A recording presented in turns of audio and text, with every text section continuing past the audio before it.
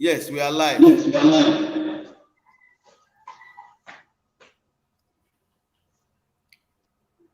Okay. Good morning, brothers and sisters. Let's pray together. Our Father God, we thank you. We are grateful to you for today. And Lord, we thank you for bringing us together for this opportunity to learn. I pray, dear Father, that your name be glorified. And I pray that you make this time a time of blessing and refreshing for all of us. Thank you, Lord, for the Empower Africa project, the visionary of a program like this. I pray that, Lord, they will not lose their rewards. And I pray, dear Father, that you will grant all of us the grace, especially those of us who are young learners. I pray that, Lord, you, the great teacher, you teach us from above, and you help us so that the lessons we learn will make impact in our lives. In Jesus' name we pray. Amen. I want to thank you, brothers and sisters, for coming for this program. And I want to particularly thank Empower Africa Project, Pastor Ola Blessed, for granting us the opportunity to participate in a program like this. This is but a beginning of good and wonderful things that I believe God will do for us. And I know that as we trust God, His will be done in our lives. This is not going to be a message or anything that is long. I just want to remind you all of Isaiah chapter 40 and in verse 7. It says, "For the Lord God will help me, therefore shall I not be confounded. Therefore have I set my face like a flint, and I know I shall not be ashamed." I want you to remember that verse as we go into this session. So set your face like a flint. Make up your mind to get the best that God has in store for all of us. This is a learning opportunity. This is an experience that I believe will mean much to you, not just now, but also subsequently. So whatever questions you have, whatever opportunity you have, please make the best of it. And may God bless you wonderfully in Jesus' name. Once again, I want to thank Pastor Ola Blessed and Empower Africa Project for coming to Orangun on a day like this to minister to us and to bless us. Thank you very much. Pastor Blessed, over to you. Thank you, sir. Thanks so much, sir. So I want to greet every one of us. I welcome us to this training. I know that so many people will be wondering, is this how, well, this is the, we say this is the new normal. So virtual is the new normal. I'm Blessed Ola Saint from Empower Africa Project. And what we do, it's to help for people to maximize digital. That is what we do. We in Empower Africa Project, we build, because we understand that the vision is to fight poverty. The vision is to build a poverty-free continent. We want to raise 1 million digital entrepreneurs in each country of Africa. But we know that for us in this new age to be able to fight poverty, we have no better option than going digital. We need to go digital. We need to really know about digital and really know how to maximize digital. So one of the things we do in Empower Africa Project is to find every way to help to build lives. So I know that we actually, before we were supposed to start 10, but then because I have some videos I just want to show us, that I want us to see, that I believe is going to, in a way, really give challengers to understand the level project is to of build. sorry. Okay, so sorry about that. There's this video I have one or two videos. I want us to watch this video just to Now, I remind us. get invited to do keynotes across the globe. And while it's easy for me to be here in Las Vegas, it isn't always easy to travel across the world. And even when I do, I can't always speak the local language. Well, what if neither language nor distance mattered for me to deliver a fantastic keynote? What if technology could help me be anywhere I needed to be and speak any language I wanted? Well, it can.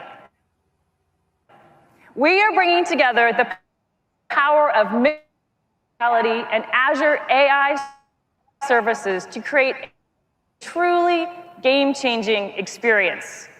What you're about to see is an exact hologram of me wearing the same outfit that we recently captured at a mixed reality studio. And I don't speak Japanese. I wanted to deliver my keynote in Japanese. Using Azure AI technology, I can translate my English into Japanese and train it to sound exactly like me. The same voice tones, those same inflections. Now we've brought this together, my hologram and Azure AI, to show you what's possible. So first, I'm going to put on my HoloLens 2 here, and then we'll flip in the room to the special camera so you can see exactly what I'm seeing. Let's get started. First, let me introduce you to Mini-Me.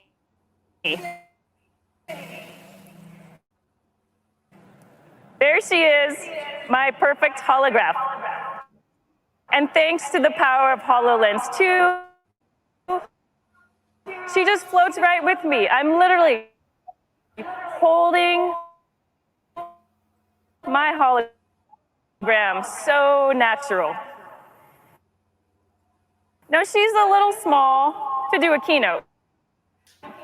So let's get her up so she can do full-size Japanese keynote.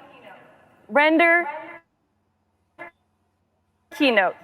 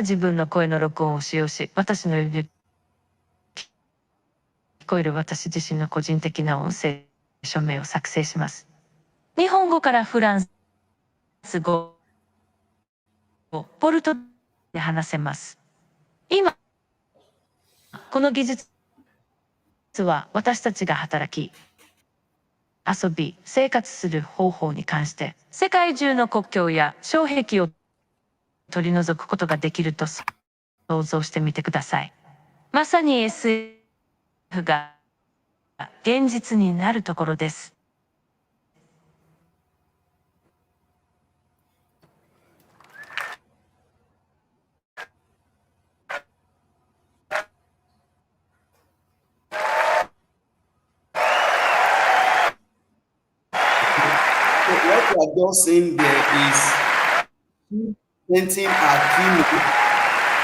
I mean, that is, it's Now,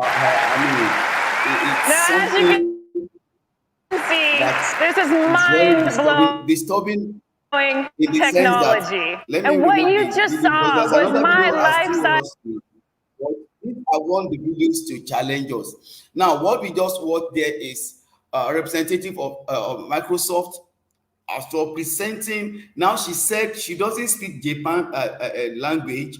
She doesn't speak any other language, but via the power of digital, she was able to, I mean, the Halloween was able to speak a language. I mean, that is sort of fantabulous. So to speak in any language, it means that she can do a presentation while speaking English. She can that presentation will go. The keynote goes into different languages. That was let's see another video again from Google. Then from there we'll move on.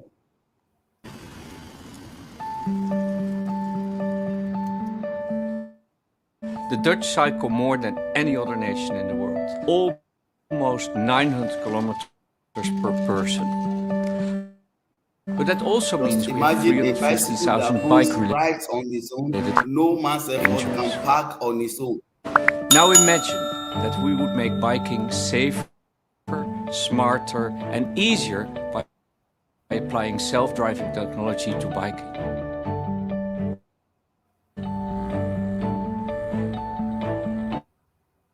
We taught a self-driving bike to figure out where it is, what's around it, what will happen next, and what it should do. We leaned on Google's expertise in self-driving cars, but we had to adapt the technology to work on a bike.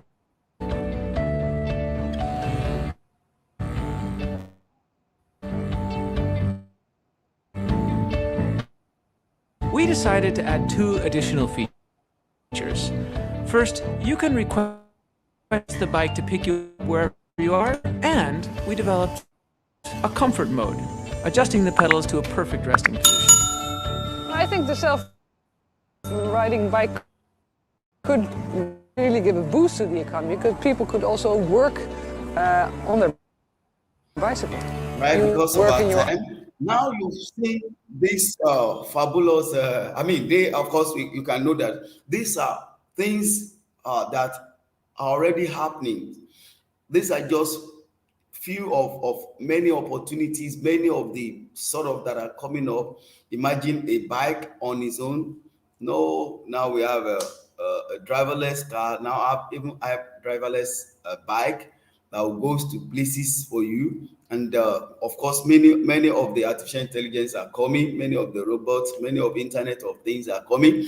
And so that's why we have to take. Why do I have to show those videos? I have to show those videos for you to know that we are in such a time that the fourth revolution cannot be. It's not something you can say I like it or I don't like it. It's not no choice.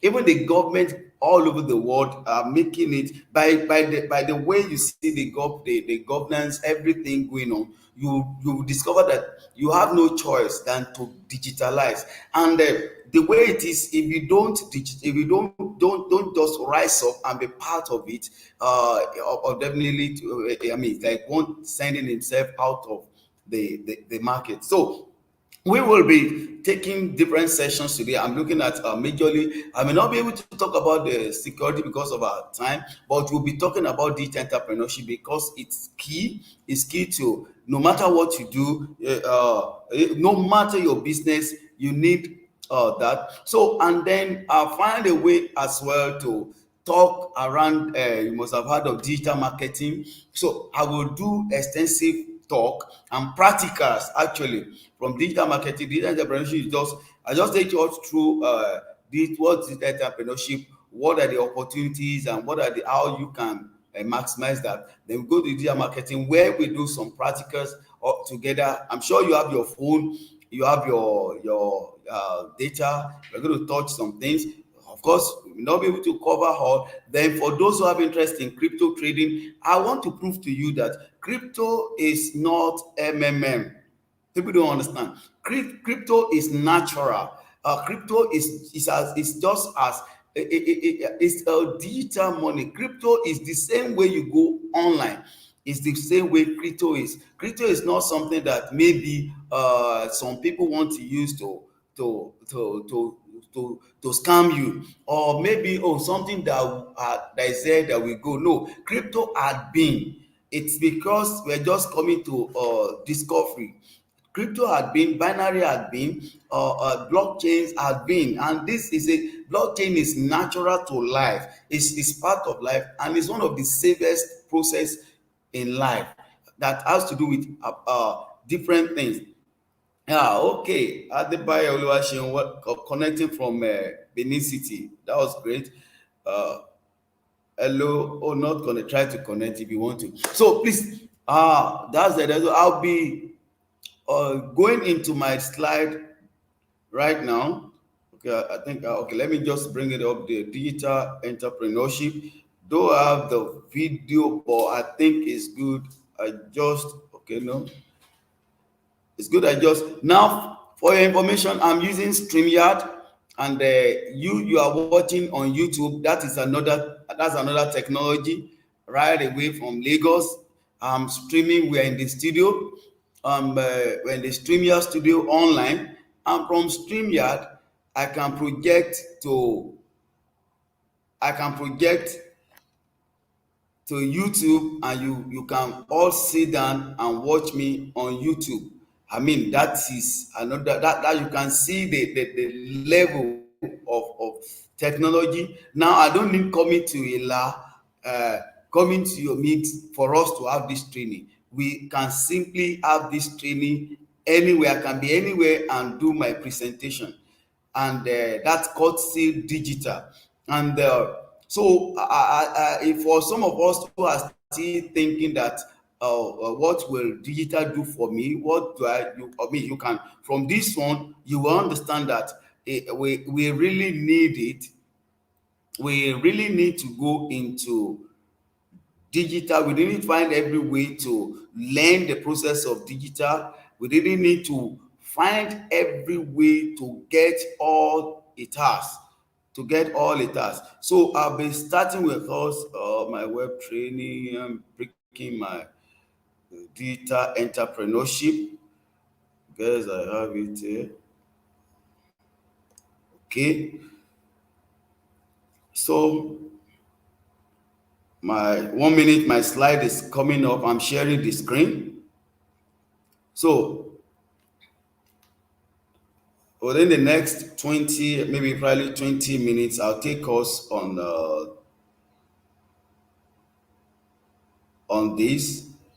I know that we're supposed to have crypto what time, but I have to send message. The crypto will have to wait because we started late, but we're going to work everything. Trying to check our program for today. Okay, so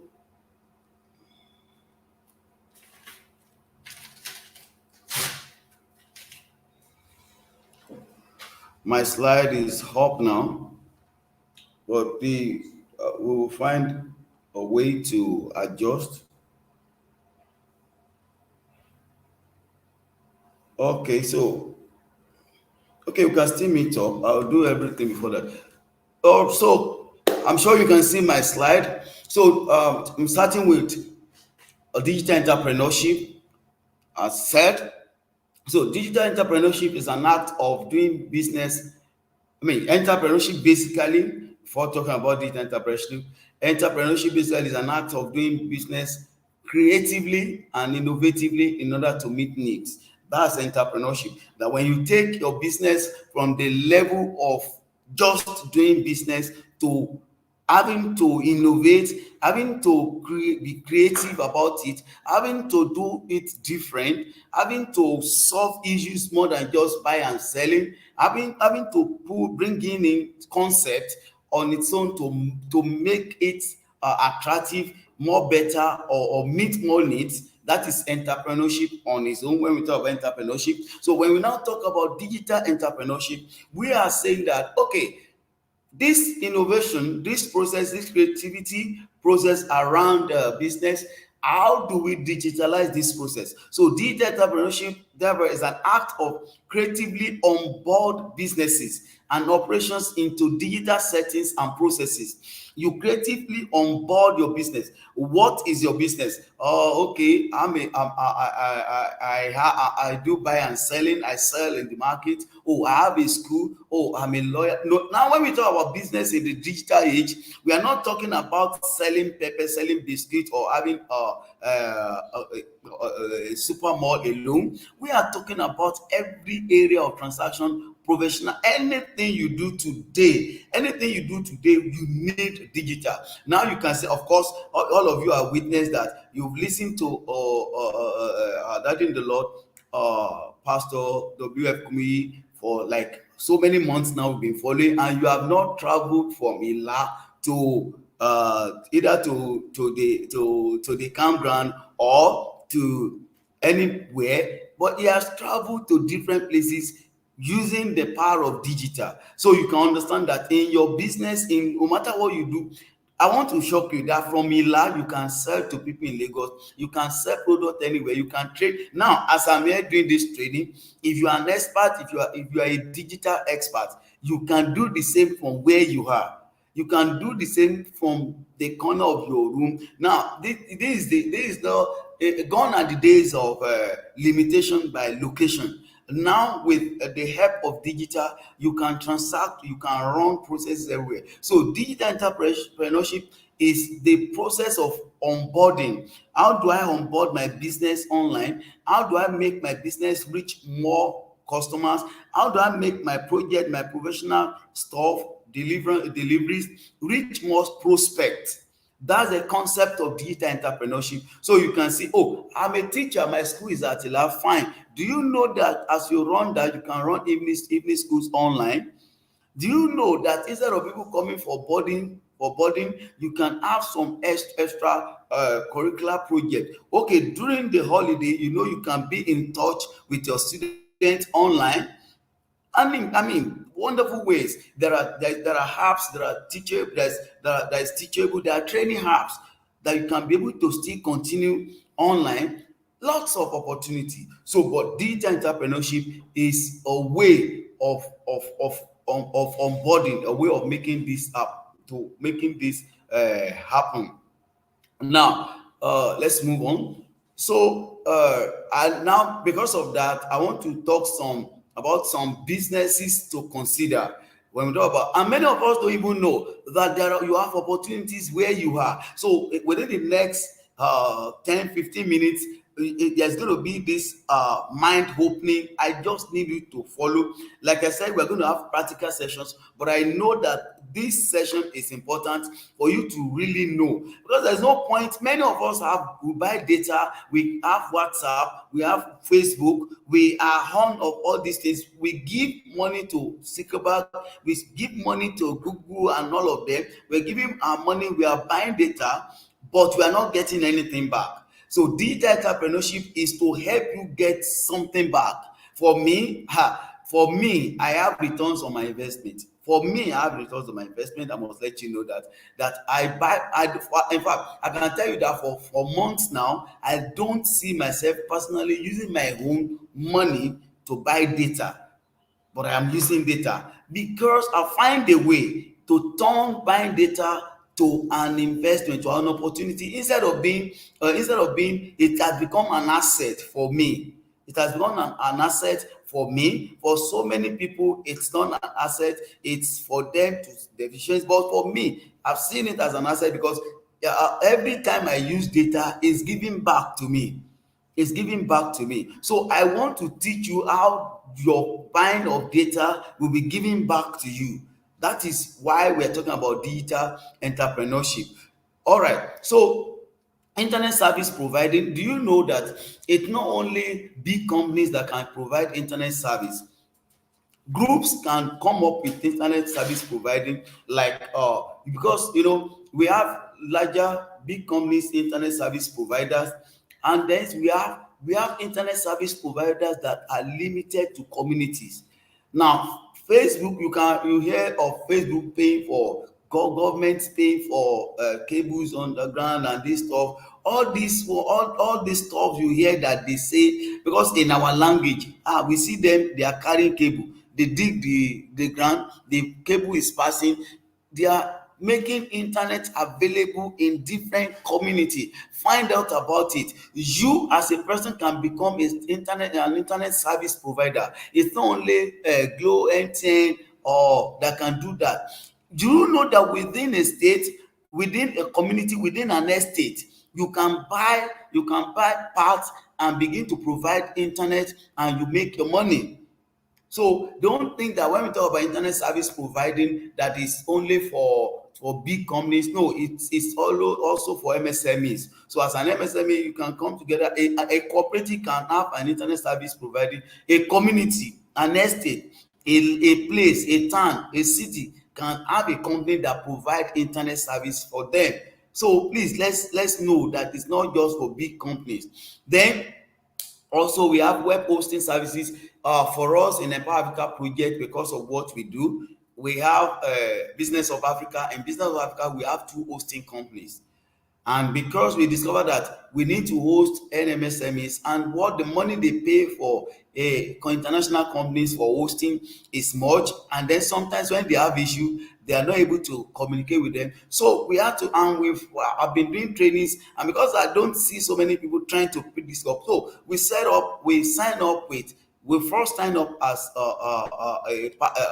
with a foreign company, as an hosting company. Then we have an indigenous one. Anyone can have an hosting company if you know about internet. You can have an hosting company. So what does the hosting company do? Now, it's when we talk about internet, you cannot be online on internet without someone hosting you. There must be someone that is a landlord. Like we are talking now, companies are hosting us, YouTube is hosting us, StreamYard hosting us. You are on different platforms, so there must be an host. So companies provide. When you see a website, for every website there is a company that is hosting them. Because we are talking about data. When we talk about data are of 2 terms that we need to understand. Number one that we all used to is information. That data as information, data as what is my name, what is my bio and the stuff. That is data. And then there's now this again in the second term, talking about data, is the measure on internet, of the information processes. Okay, I have a picture. There is a measure of that picture on internet. Oh, I have it like this video. There is a measure of this video on internet. Now, the measure of this video on internet, it means that the video is going to consume a certain space, a certain measure, which we call data. So if I'll be able to access this video, I must have so amount of data. So you have that. So there are companies that basically what they do is to provide this platform, a home for website. We call the host website, and they make their money. If you are internet business, you can become a web hosting. You can run web hosting service. Now, next, web design services. Now you see there are 42 million MSMEs alone in Nigeria. Just MSMEs alone. Now we're not talking about different organizations, professionals and the stuff. Now just imagine, and all of this will need website. All of these people will need website. Some will need landing page, some will need website for companies, some different ways. People will need websites. And the interesting thing is, all these businesses can do from anywhere. You can be at anywhere in the world. As long as we can contact you. You can design good website for someone. You can, that's why we have what we call freelance. We get there. You can design website for someone. These are businesses that are not limited to your community. They are not limited to only what you can see face to face. These are businesses that, as long as you are a good, you are a guru there, you are good in what you do, you can always get opportunity anywhere, anywhere, anywhere. So then web directors, HIP services. Now, web directorship, web directorship services. There are so many. For example, let's take schools, for example. Teachers are to teach, proprietor is very busy, principal, everybody is busy, and they need their presence online. You can handle the website of a school, you can handle the website of an organization, you can handle the website for business people. Do you know an interesting thing? You can handle website for so many people, so many organizations at the same time, and you manage their website and you make your money. If you learn the process of web design, web management, you will make it from there. And the interesting thing, you can be a student and be doing all these things. Being a web designer or web developer does not hinder you from designing website, does not hinder you from going to your school. I mean, you can do the two together. So consider web directorship services for some of us in that line. Then online shops and e-business suite providing. You know, from there where you are, you can, if you learn the process of e-commerce design, e-commerce development, you can build an online shops, e-business suite for people. Now, do you know the interesting thing? You can become a bridge for business from your community. Now, someone is selling something good, someone is it's a dealer around there, but he can only sell to people he sees physically. But you now, by the help of internet, you can access more people because you are not able. Why not create shops for them? You have online shops called, by the time you get a space and online, you start giving them the e-shops, and people will begin to, as you talk to them, they make their businesses available for you. There are so many. Of course, we have bigger online shops, or you can start from anywhere. And all these things, they are not something like you need to go and look for millions. No. I mean, when you are, I mean, I'm telling you, we have hosting company, we have online shops, all these things. I thought that it's just about learning and know that there are opportunity. So online shops and e-business suite providing, it's another business opportunity. Then you can manage for them. One is to provide for them, another one is to manage. So you can manage for them, you charge them money. People are looking for digital marketers. These are opportunity for some of us. I'll be talking about it. What we do, we have a process in Business of Africa. It can become your opportunity, but we run it privately because it's a process that we need guarantors. There are people we will be launching our internship program. The internship program has to do with people who can be able to monitor. People can be able to monitor, people can be able to take along, and then we can trust them because we are committing people's accounts to them. Why I know all these things are businesses? Because people call me, people talk to me day to day. We are busy. People need websites. People need someone to manage their website for them. I've done trainings, at least I must have trained different groups, over 50 groups of MSMEs. And what I've come to understand is that they only want to have the knowledge. They can't run their accounts on their own. They need you. They need someone who will manage their accounts for them. So that's why we came up in the Business of Africa. We set up Business of Africa to help small businesses create a website, small websites, a website that will not take that is not affordable ones, and then we'll make arrangement to manage for them. For you to know that there are great opportunities online. Then web agent services, you can become web agent services. Meanwhile, I will let you know that this video is available. You can get it online. I've done a 30 minutes video on digital entrepreneurship. If you go to EA Project TV, you will see digital entrepreneurship. You can essentially, some of the things I will not be able to explain details there. They are well explained there. They're well explained there. So web agent services is another one that you can do. Then web statistics and research services.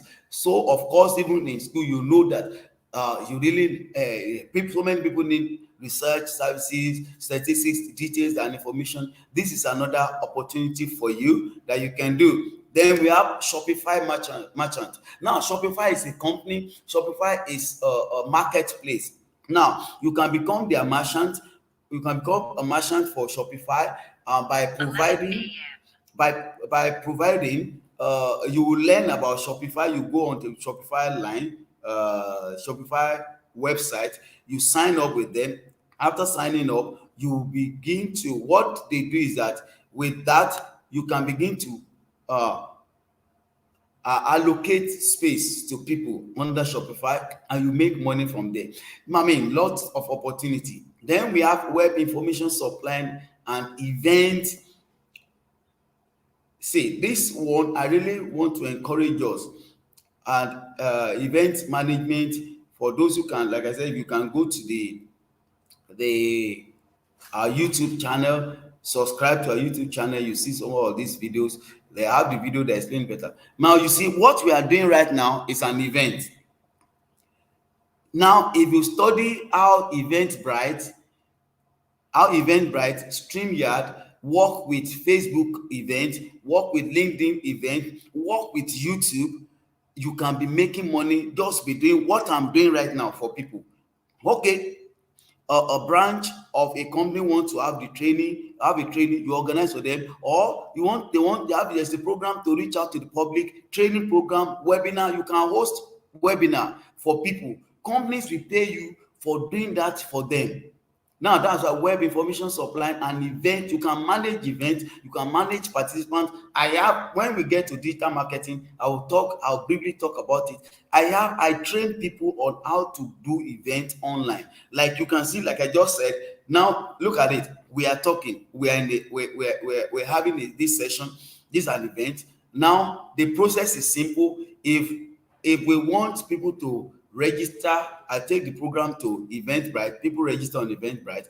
I create my event on StreamYard, and I put the link on Eventbrite. And then from there, the StreamYard, the link I'm going to put on Eventbrite is the link I shared into YouTube. So from YouTube, people participate in my event. I can share the event on Facebook. I can share the event anywhere. Now, as I'm sharing the event with you on YouTube, now it earns me of course record on YouTube. And anybody can always come back there to watch, and that is still earning for me. So you see, and then of course I will touch the YouTubers. It's not the day you start YouTube that you start making money. It is the little record that you are having there. It will be gathering. One day your viewers will reach 4,000. One day your subscribers will hit 1,000. Then YouTube can go into monetization.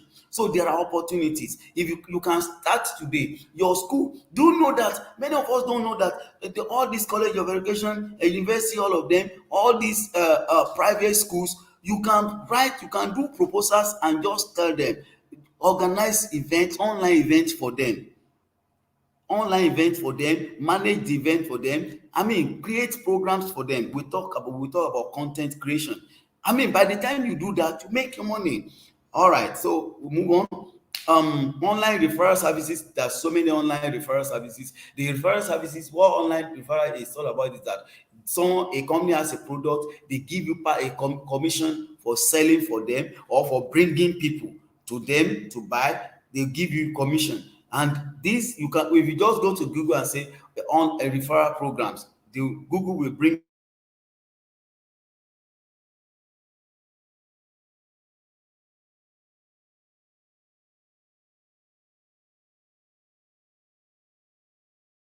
you referral programs like that you purposely do for youth, for youth as job opportunity to sell laptop, sell phone. We have companies that we partner with, so we make phones, laptop, kitchen appliances available. So we have a referral program like that we make available for youth. For those who want to sign up, we create platform for them, so they're able to resell. I think it's on pause. We'll relaunch again.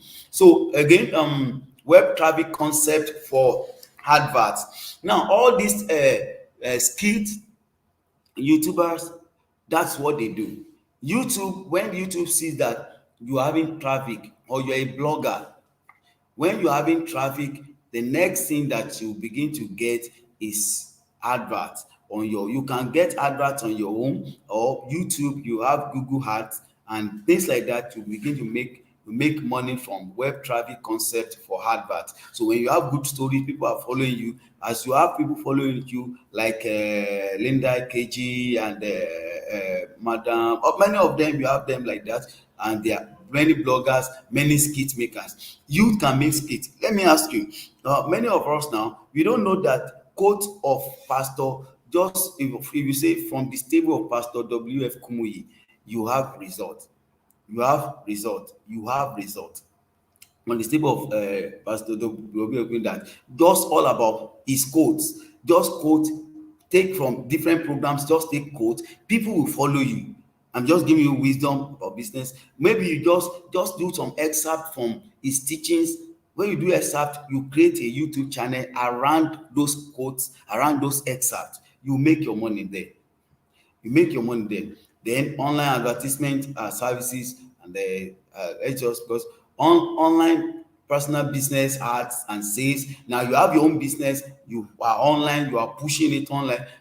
I've seen so many people now that they don't have a shop. They don't have, gone are the days that you have to rent a shop before you start selling. You can sell your product without shop, without having a physical shop, a physical place. You sell online. These are opportunities for you. Online tutorial class. You can run, like I've said it before, there are apps, there are applications, there are websites where you have where you can use as the platform. You have Teachable, you have many of them that will serve for the purpose of tutorial class, and you make your money. YouTube has unlisted videos and they're private, so you can use all this. You can use private group in Facebook to sell your tutorial. You can use them, and there are internet companies that they are basically available for you to use. There are many of them online.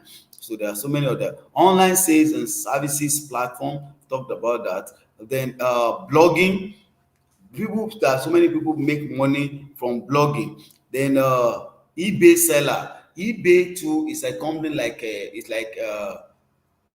Shopify, but eBay sells product. You can take product there to resell. eBay reseller is you sell for them and you will make your money. All this I explain if you go to our video on the video on EA Project Africa. Then you can become Amazon trader as well. Amazon too is like eBay. You sign up to Amazon, you learn their process. Then YouTuber in skits and training. I think I've talked about that. Now, what I'm doing now, as I'm doing trainings, as I'm talking to people, I put on YouTube, people watch, I'm having viewers, I'm having people subscribing. And then if it's my major, if it's not called Empower Africa Project, I can create my market, I can create my venture, I can create my line of finance from this, because it means I have to boost, and before you know it, it becomes start bringing returns. So then drop shipping is another concept too. It's very good. Drop shipping is like I'm not the owner of the product. I take the product. I agree with the person that has the product. I deliver the product to someone who wants to buy, and I make my commission. It's different from referral. It's different from it's the drop shipping. You agree with the person that has the product. You represent the person, and you collect the money, and they pay. The person paid you your home. So you can study about drop shipping online. App developers. We have people that develop app and they make money from that. Remember, digital entrepreneurship, I'm trying to show us the opportunities that we can tap into. Online payment platform services. Now, so many schools still need that. You have a small business, you learn the process of programming, you can have online payments platforms, be it for schools or for this or that. It gives you, there's many online payment platforms, and they are making it big. Just the like of Flutterwave, Paystack, they are speaking in billions, and many like that, OP, or many of them. So, and online video production and conversion, you can convert video, you can do transcribing and what have you. You have all this. You can help people convert videos online, you can help people produce video, you can remodify the old videos for people, and make returns. You have online language guide and translation services as well. Okay, so online special newscasting. Now, this is, you see so many people, you can take a line, you can choose the line of education, you can choose the line of life, just news that has to do with a particular thing. You can choose a dialect. I mean, different forms, online special newscasting. Pray and God opens your mind and you're able to launch into something. I mean, we know of Sahara News, you know of Adiola, Sahara News. I mean, many like that, and they come up and they are making it. So think of something unique and you can launch it. Online special newscasting, you make your money from there. Online event broadcasting services. There are companies like all-in-one events, like Eventbrite I talk about. What they do basically is to help you push your event. You can base alone with online event broadcasting services for people, and so you get the data of participants and they manage the participants the for the companies or organization, and you make your money. Logistics or delivery services for online stores, because now as online businesses growing, logistics delivery thing is becoming a demand. So you can choose that line again. You can be there and agree with Konga, Jumia, or any private. You can do logistics with company. You can go into logistics business. You will make your money, because as people place order, as make orders online, someone will have to deliver to them. I'm really working with we're working with time online consultancy and training services. Like I said, if I want to, if it's directly that Blessed Dollar Saint,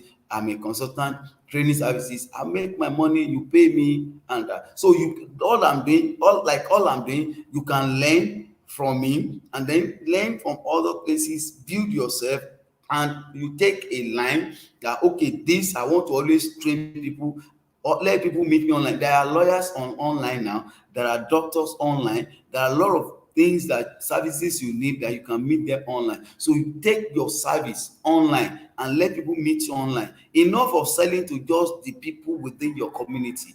Your business is global. Take your business global, you have the global opportunity using internet. So offline, then we have offline storehouses and the services for online sales.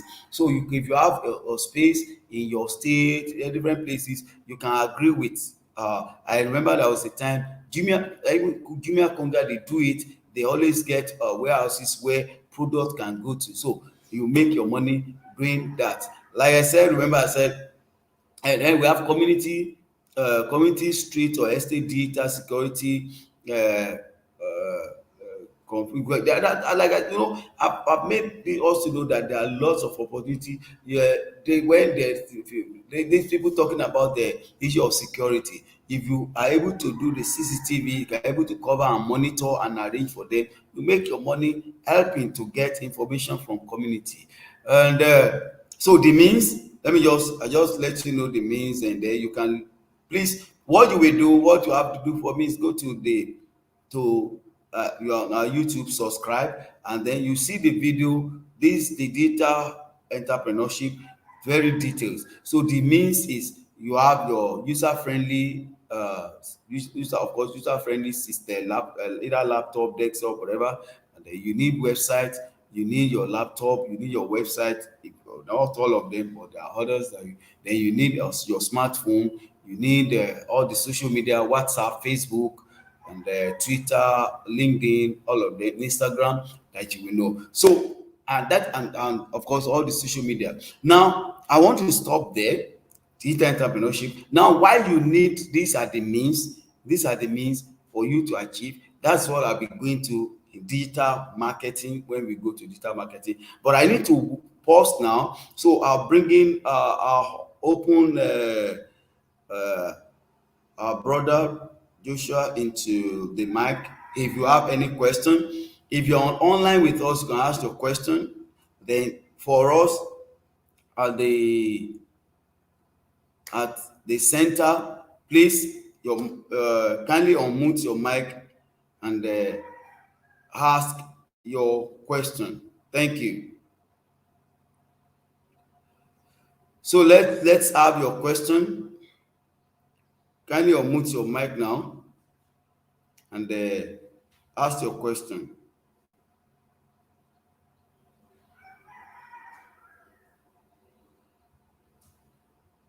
Okay, so please ask your question from there now. Before we move from where we move straight to digital marketing, before we go to crypto trading. So please let's ask our question now.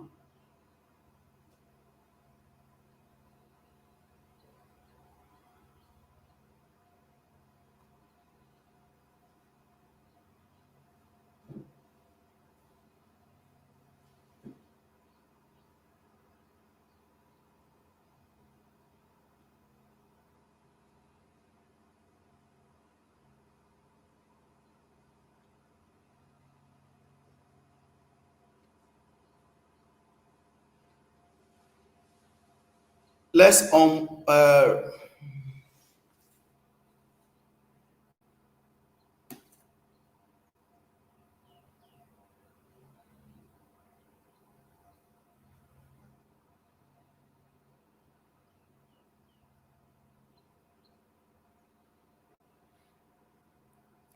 I want us to ask the question for so I can continue.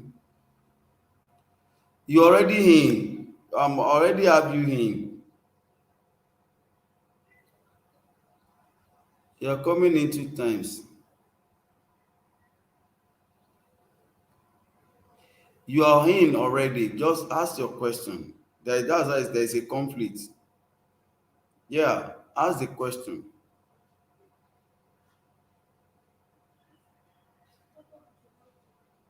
Please unmute that mic.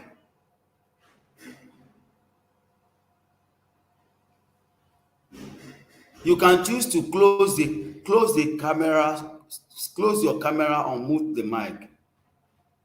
Let's hear you.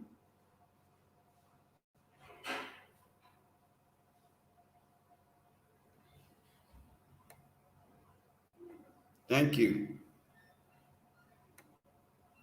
Oh, last week, nice delivery, sir. Thank you. Is the presentation available for download to watch? Yes, we have the presentation online. All our presentations are always online. You can always if you have digital entrepreneurship that you can really watch, that is complete, and this one too is there. We always have our presentation online.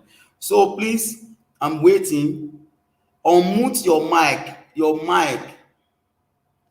Please unmute the mic on the phone. On your call is still on mute. Allow your mic. You can close the camera. Close the camera, but your mic is not working. Maybe you go out and come in so that I can hear you.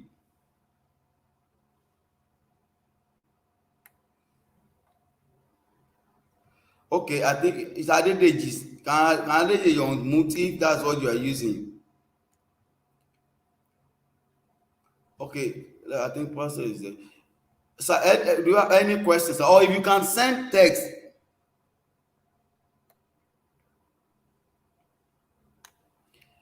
Okay, Is that Pastor Adedeji, Adedeji? Pastor Adedeji, unmute your mic, or do you want to ask a question too? So if Pastor Adelik, I have you, Joshua, or unmute your mic.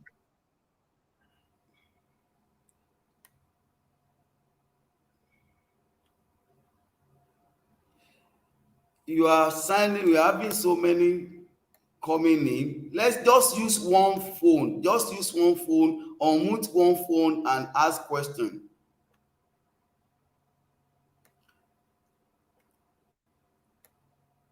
Okay, I'll remove you now. So just get one, find a way to remove, then you come in, come back. So if you have any question, let people, what you do is, because I've tried to from here. Then what I will do, I'll remove you from this. Then you come in, you come back again. Then probably that will be easier for us to accept you in.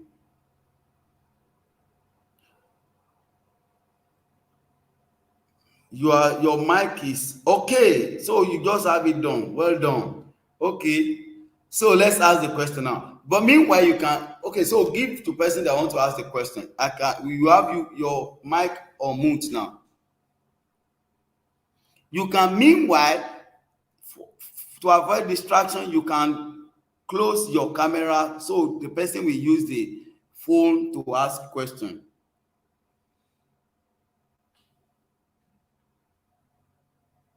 Joshua, go ahead and ask your question.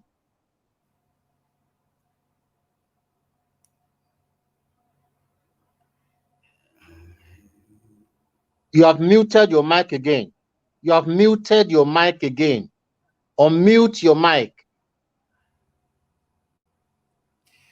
Okay, I think because of time, I should go ahead with so what you do for me, you can send text, send the type, let's continue.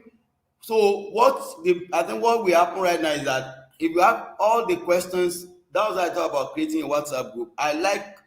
You see, digital is easy if you learn the processes. Now, if you have a WhatsApp group, anybody can ask questions from WhatsApp. So what you will do right now is that you use your phone. Let's use your phone on WhatsApp. Let them write the question and send, so that we don't wait. So I will read the question, I will answer. So please let me, and because we need to move to we still have other two sessions to go to. Okay, are you ready now? Ask your question. Okay, so Hello, your sir. question now. Thank My you. question is that we've listened to all this type of business that you can do, You have but muted your mic again. You have muted your mic again. Unmute your mic. Okay, Okay, I think because of time, I I should can go hear you ahead now. with the. So what you do for me, you can Please, send when you text, ask send question, it. don't And open let's continue. hello. So I think what we have right now is that if you have all the questions, that's what I talk about creating WhatsApp. I see, be as easy I if you learn told the you process. that when you are in, you have the studio, you don't open YouTube and the StreamYard together. So when you want to ask question, you have to mute, because it will be collecting the YouTube, it will collecting the noise. So you will mute the YouTube, ask the question. That's the way it is. Or better still, just collect the question. Let me move to the next session. Collect the question, type, I will answer, so that we don't waste time. Thank you. Let's do it that way, so that we will be able to maximize our time. Okay, so I'm going to digital market. So I'll be going to digital marketing training now. I mean, that probably will answer your question of, you've told us the good businesses. How do we now do it? So this, how you will do it. All right. So I'm bringing up my slide.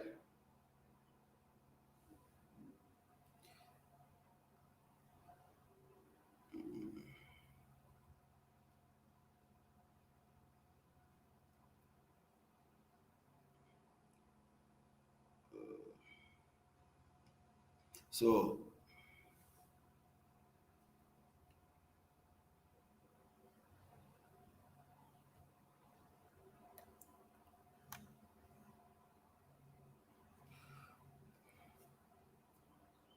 okay.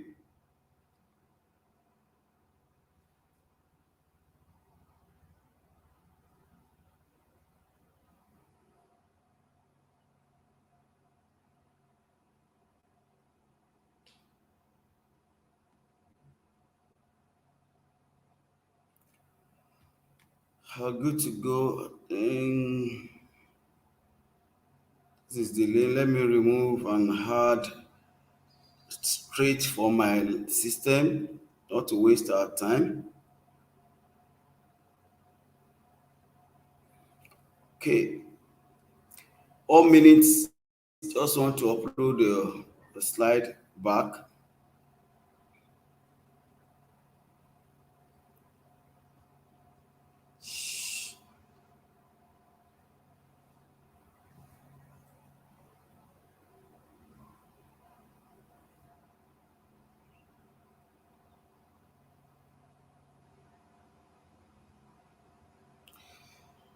Sorry. Okay, I'm trying to.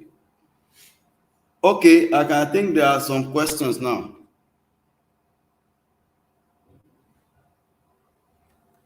Okay, the person is asking how we start the business. Okay, so as we go into the digital marketing, you will know how to start the business.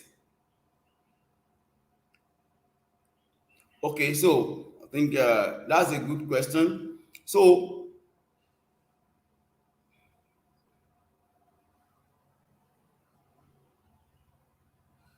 oh no, I will have to open this file. Trying to, I want us to. I noticed that we couldn't get the details last time of the slide. So let me open the slide direct, and so you can be able to get it. Get the full screen, and that will help for us to have full screen. Okay,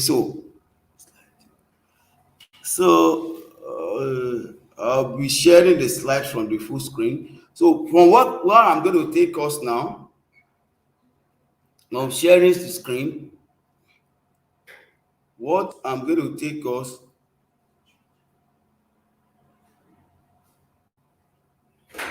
is sharing the window.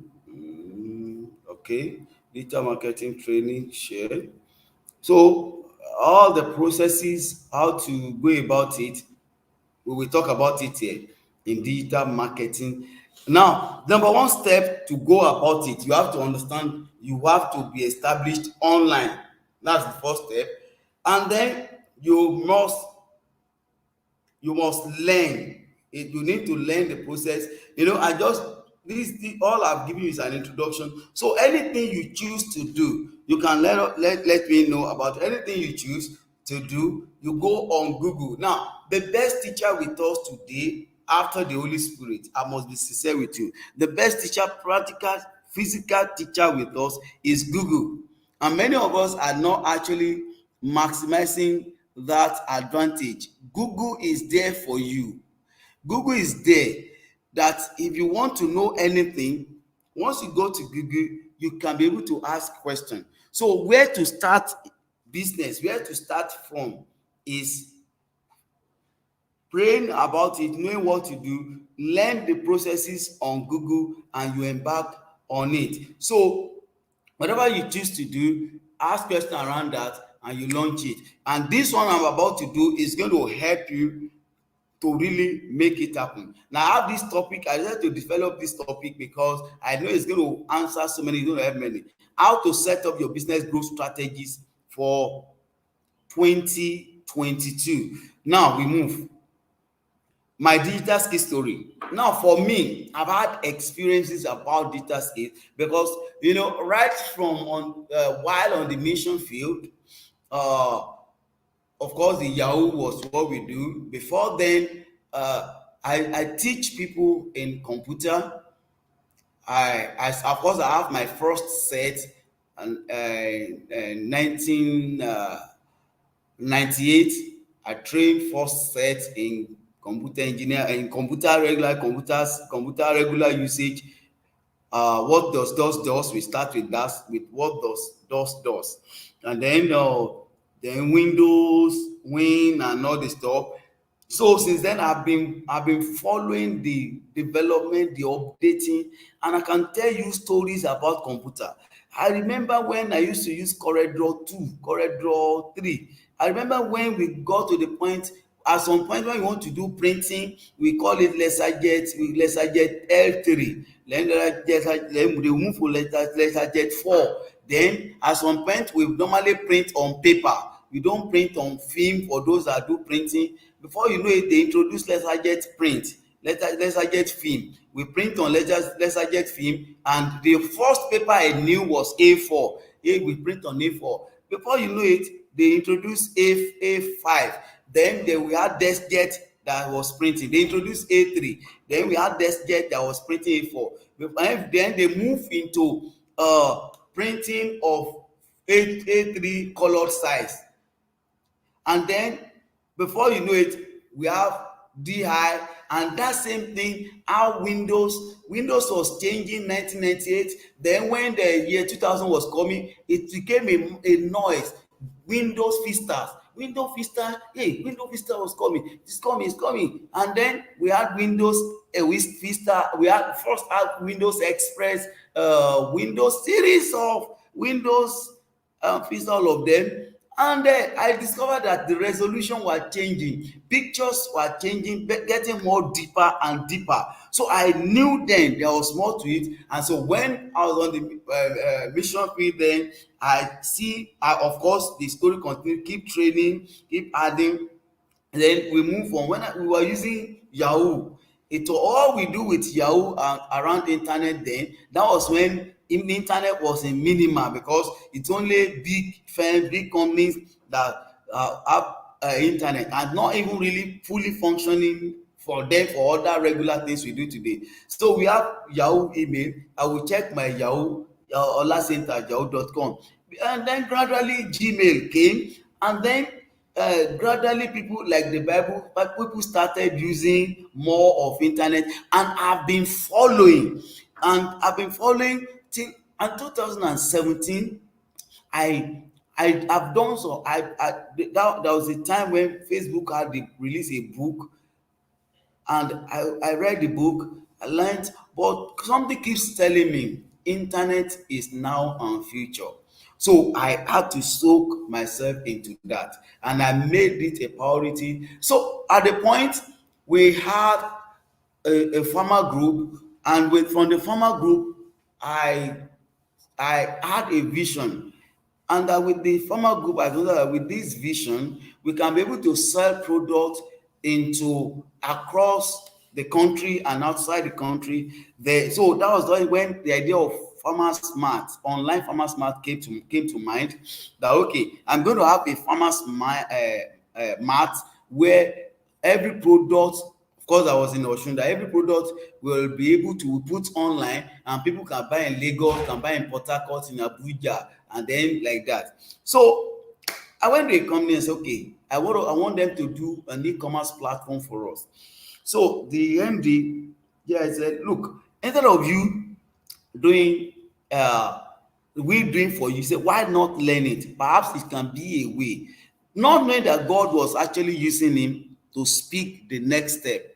That the next step is that there are so many opportunities that are come, and it's primarily for the people of God. It's primarily for the people of God and people in the grassroots, but we are not maximizing them. That there are a lot of things that we need to train our people, we need to make our people know. So it was becoming clear to me that if people can maximize digital, they can answer so many things. So, and I started, of course, I burned my fingers. I must tell you the truth. But in all those experiences, I learned a great deal. And by God's grace, in fact, it got to a point that there is no conference, digital conference to talk about in Nigeria that I don't attend.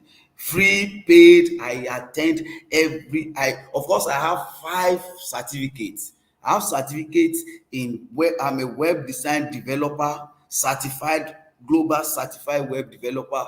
I have a global digital marketer certified. For digital marketing, I have the digital marketing for CEOs.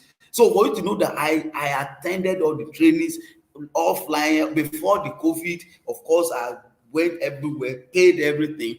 So what am I looking for? How do we break this mentality of developing country, or the G8 different from? How do we break it that we can flow at all realms and all levels? How do we break the poverty that is holding? How do we lift the ban of urban and rural? Now, I want to see how someone can stay anywhere in Nigeria and share from the right legal national cake. I want to see someone can be able to, from anywhere, do a standard and international business. And that's why I keep learning every process around internet. And then I want to be able to prove some truths that is not clear, even comparing from the Bible. For example, the Bible says in the last day, knowledge will increase. Now, if we in church we read knowledge will increase, in what format? In which way? Now, this is how knowledge will increase, and how. So I want to be able to compare the scriptures with the issues on ground, bring the scriptures to the contemporary. Then there are some things unclear. People will not buy without mark. And what is the mark? How do we clear? And they say internet is 666, and I need to clear. I need to understand. So in study, I discovered that no, this is a tool that God has given to us. Jesus, when he says close the book, for he will come in the book of Daniel to open it and say internet will increase, is definitely talking about internet thing, this data exploitation, and all this way of digitalization. And then when the issue of 666 was being talked about, they talk about the Antichrist. It was very specific. He said in that when it was specific that the Antichrist is not because it's going to use the process of the mark. It is the mark, not the process of the mark. And now, how do I mean? The process that will be on ground that time will be a full digitalized processes, when you will not need physical cash to buy. It will be the time of a cashless policy, and which we see coming. So it's saying that, so before you buy, it has to be a mark. But it means that before the mark comes, the process will be here first. It means that before the mark 666, the process of buying without physical cash will be here already. It means that cashless will be here already. So because I just think about it, that okay, if you say 666 can be on paper and you buy. So what Jesus was teaching, he was teaching two things. He was talking about the end time it wasn't about the Antichrist that will come. At the same time, he was making us to understand the level of that we'll have gotten to, the level of revolution. He was talking about this fourth revolution. He was talking about what will have happened. I mean, when the internet will have become a key, and the cashless and the stuff. So I learned all this stuff. And that's why I can always talk to people about internet. Let's move on because of our time. So what is your goal in setting up growth strategies? What is your goal in setting up growth strategy?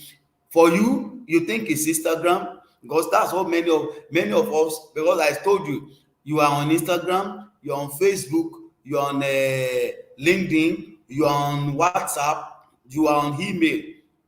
All social media, are they your goal? Do they give back to you? No, until you use them.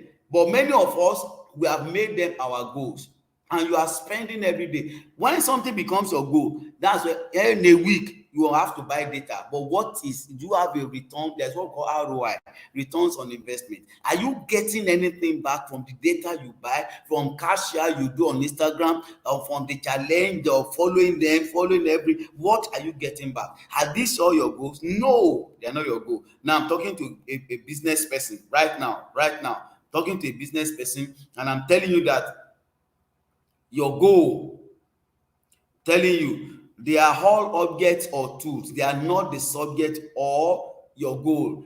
What is your main goal? Your main goal is to sell more. For those who are in business, your main goal is to sell more. For those who are in ministry, your main goal is to get more. It's business, is to get more. It's all about more. It's all about more. It's all about more. For those, no matter what you do, it's to get more, it's to reach more. If I'm a preacher, I want to reach more people. So how do I use digital to reach more people? Pastor Kumuyi, by the help of, you yourself can know that he's able to reach more by the means of digital. So how do I reach more? And that is what we are talking about. And for those who are yet to start, the purpose is reaching out. The purpose is reaching out. So speak it to yourself. So this is because the destiny of any company, of any organization, of the whole, or the owner, is always attached to the sale. So let's look at the 10 key factors that control sales, that control reaching out, that control all this issue we are talking about. Number one factor is, what is that the needs? The question you ask yourself: this my business, is there a need for it? This my profession, is there a need for it? The gospel, is there a need for the gospel? Ask yourself. Ask yourself, with the way the world is there any need for the gospel? You will answer. Is there any need for education? You will answer. Is there any need for, just ask. Needs is one of the factors that will determine if I need to continue what I'm doing or not. Of course, if people don't need digitalization, I will not still be doing it. Then location. Your location will have effect on whatever you reach out, and that is why internet opens location for you. What internet has helped, one of the things that internet has helped to do is to break the barrier of location. So you have to understand, it's to disruption. I'll get there, you understand. So product name, sometimes product name matters. Then influence, who is using it, who is there, who is part of it. That's why you hear companies selling by influencer. The reason they sell by influencer is that, say, some people use something because someone they respect is using it. That's by influence. So some factors that control, we are talking about. Then season, of course, we know that there are seasons that some things the demand will high, the demand will go high by season. Then interest, the interest again determines how we sell. I need us to know that interest changes. Interest change because you may like someone now, and you hear something about that person, it will definitely affect. You remember when Ronaldo, when he pushed Coke, sorry, we're not supposed to mention name, soda, and from there the sales of the soda dropped.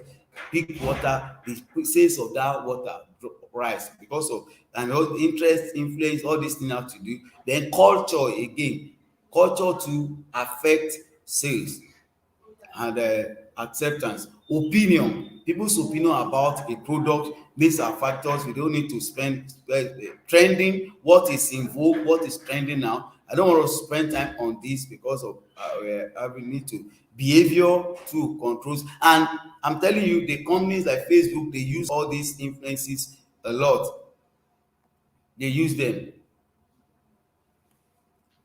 So to achieve your goal of selling more in 2022, you must plan your digital marketing strategically in line or as reach disruption to the factors we mentioned. Now we are going there. You see, there are 5 major functions of business.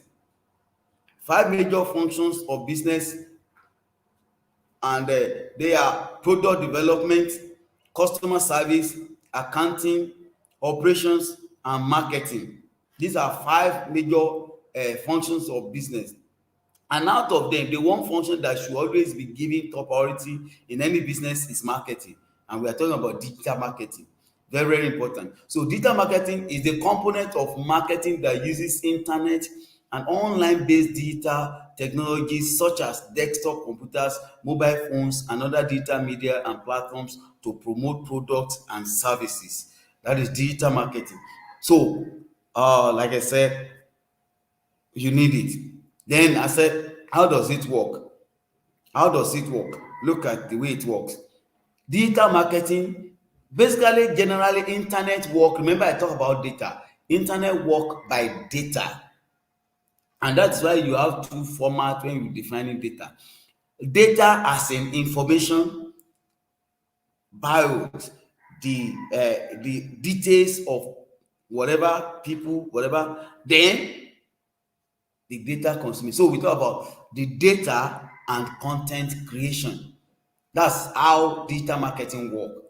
You get the data and then content creation. By data, personality.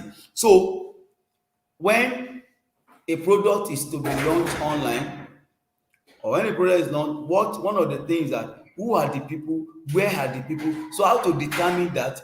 Personality will let us know how many men, women, young, old. That is data about personality. Then data about location. So data about location. So if I say I want to run a promotion, who are the people, which location? Am I selling to people in Nigeria? Am I selling to people in South Africa? Am I selling to people in Africa? Am I selling product globally? Location. Then demographic. What is demographic? Demographic is statistics, analysis of statistics of group, of people, of numbers. So when you are doing demography, it's like, like 100 people like this, but 200 people like that. So demography has to do with statistics analysis of people, of numbers, of people, of numbers, of consideration. So that's demography.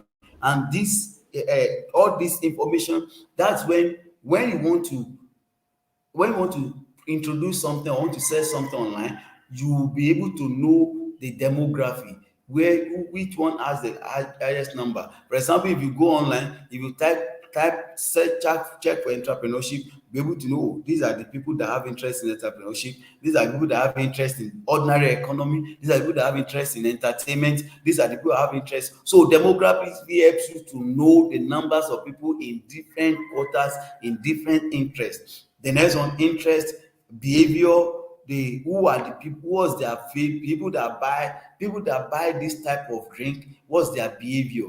Then what's their interest. Then engagement, when they say something goes viral, it means it has engagement, it has massive engagement. So engagement is another thing again that digital marketing works with. So digital marketing works with I say, how does it work? Work by data, personality, location, demographic, interest, behavior, engagement, and content creation. So it's working by data and content creation. What does it mean? That data will bring before you the people who are to buy from you. Your content creation will sell that product to them.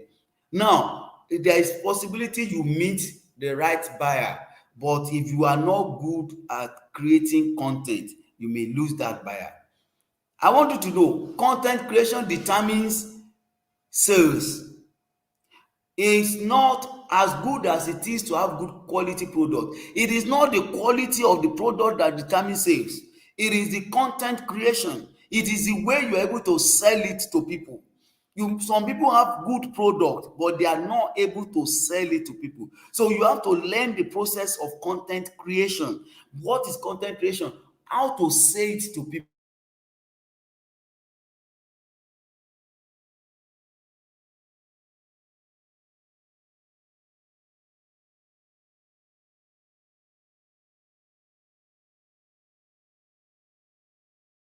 They buy things they don't need because of the way Igbo guy talk about it. And you already bought it and got home. And remember, I don't need this thing, but the guy just made me. He just made me buy. I just had to buy. The guy is too much, so you must be too much. You must be too much. You must be able to convince someone that needs your product. Now, I want you to know that the way to sell is not like no, no, it's not like that. It's not like, it's a way of, for example, now you have a product, you make people know the value. One, let people know what they are losing, what they are missing, what is the problem. That's the best way. It's no marketing is pitching. It's about, okay, this is the problem, and you're going through this. I have this solution. This can attend to this. Now, it is when I know, okay, you mentioned the problem I have, and then you mention the solution, you sell it to me. So content creation is about showing that the problem and the solution about a product. So question to ask for good content creation are, what is your market? So the number one thing is that you have to know your market. What is your market? Then who are your prospects and their deepest desires, pains, fears, hopes and dreams? That's why I told you about problem. What is the problem? You must know, what is my market? What am I selling?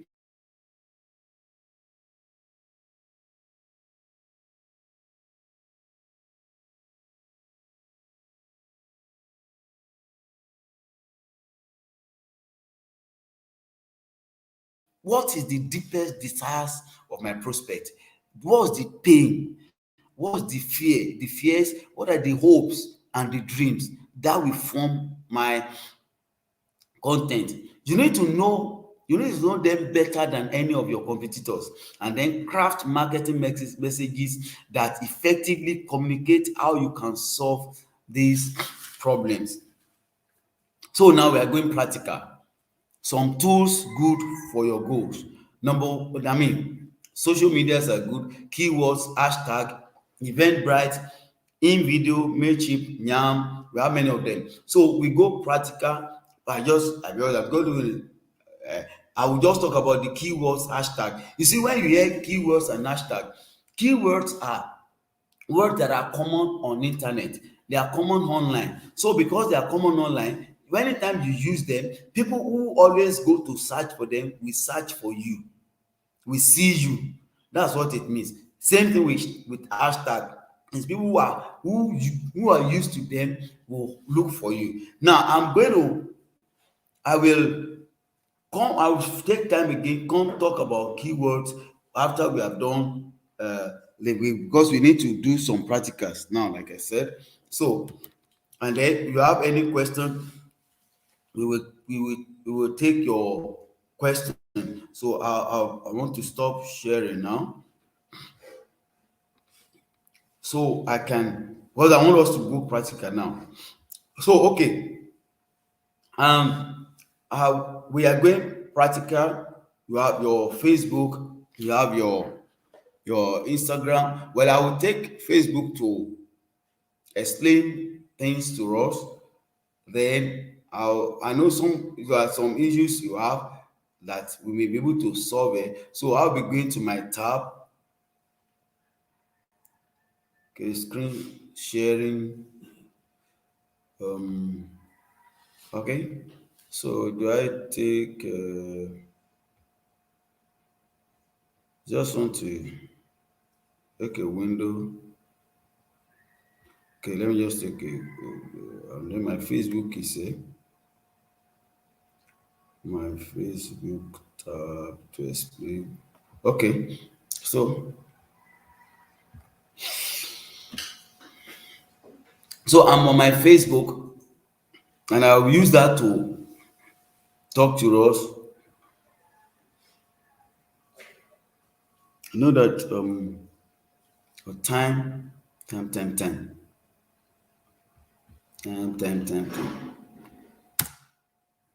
So what I actually want us to do, why I bringing us to Facebook for practical, so many of us don't actually know how to.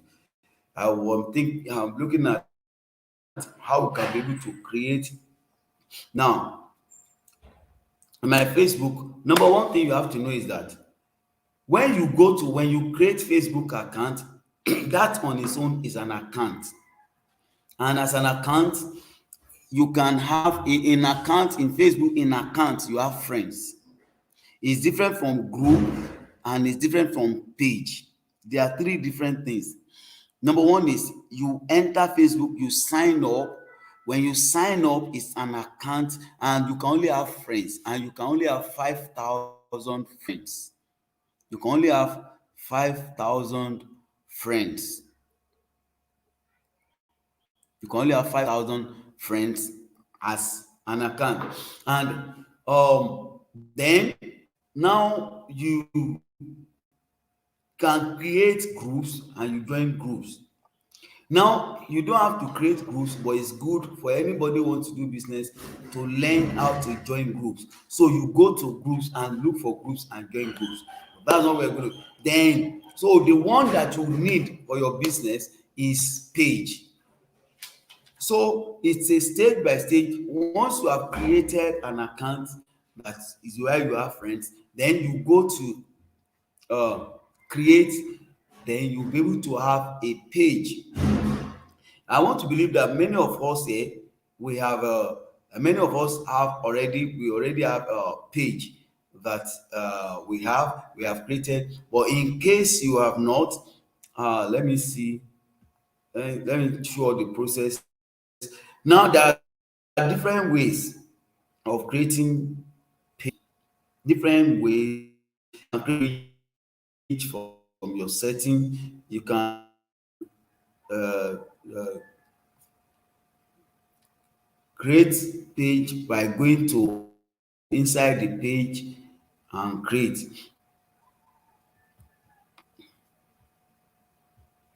Okay.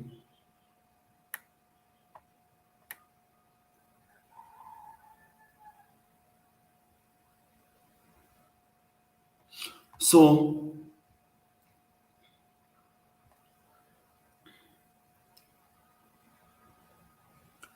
we create the purpose of creating with page now with with your with your account, with your Facebook account, there is limitation 5,000 friends. But with page, with a page, with your page, you can have unlimited people for you. Have unlimited people following you, and this is where it's on the page you can be able to do business. That's when you can be able to do business. That's when can be able to do lot of things. So when you click on page, it brings you, because I already have my own, I already have pages and I'm an admin to so many pages, but I want to show us how to create page. When you click on page from the home, it brings you to a setting like this. These ones will not be there. If you don't have any page, you will see a blue sign that say create new page. You will click on create new page.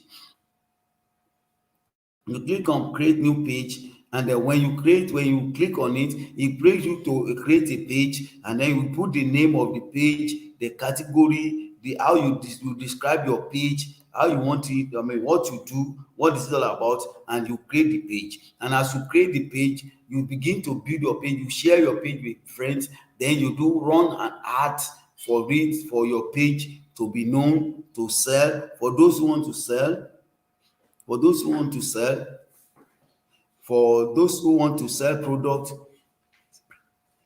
for those who want to sell product, you sell your product. For anything you want to do, you will do it. But I have I think, because I know that some people already have pages, but they have issue with their page. So what we have done is that for Facebook, for those who are the newbies, we have regular Facebook training that we do for those who want to start that process. But what I'm going to do now is for those who already have page and they have issues with their page, I will want us to I will have to take questions from there. I'm looking at the time now.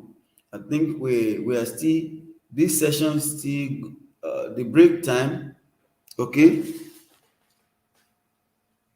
Okay, I'm not sharing my screen. Oh, I'm sharing. You are seeing my Facebook. Can you see my Facebook?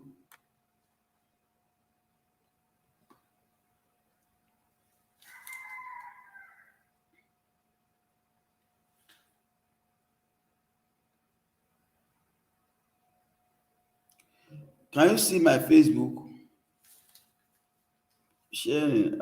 I need to know.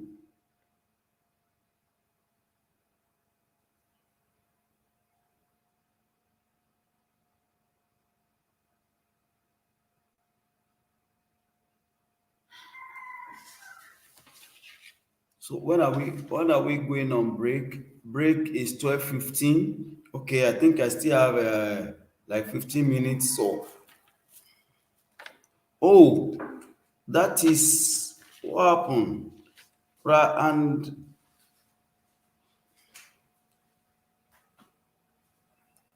wow. So sorry, but from here I can see that I'm sharing. Oh, I'm so sorry about that. So sorry about that. I think it's the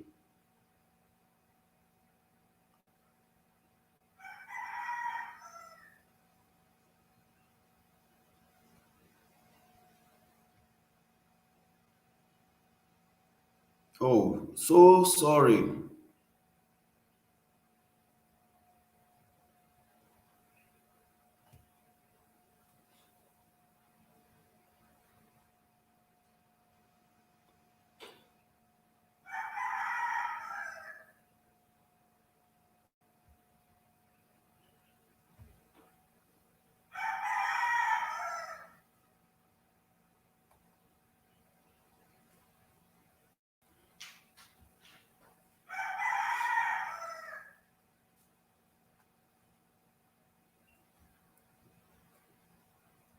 Okay, what I'm going to do, I was thinking that I'm sharing the screen. Okay,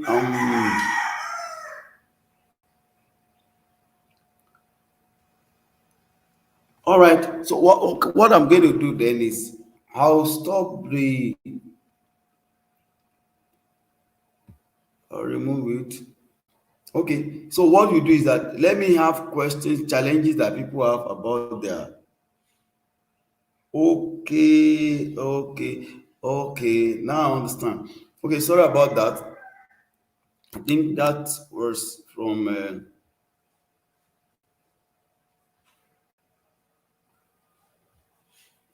So sorry. Okay. Screen.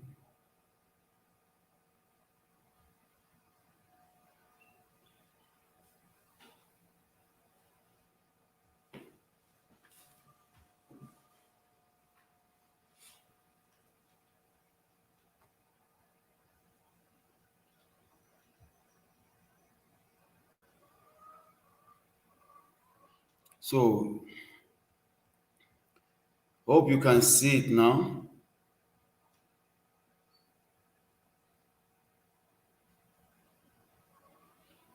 Okay.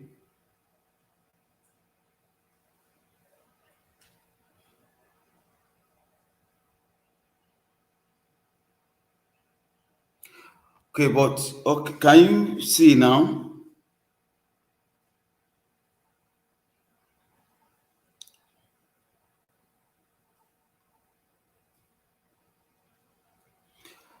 So I'm on my Facebook trying to explain to us that is sharing the screen is supposed to share the tab. Sorry,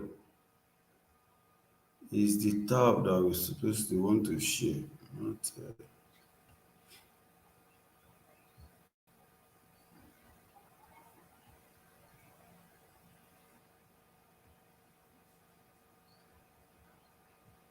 we're supposed to share tab.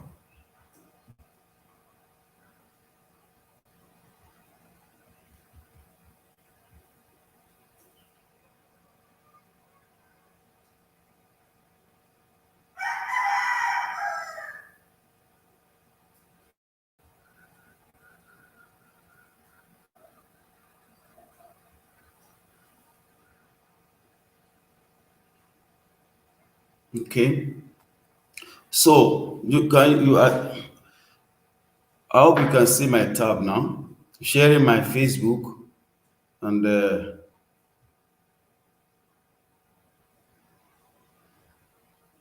look that I cannot do anything here. So I'm going to I use Facebook.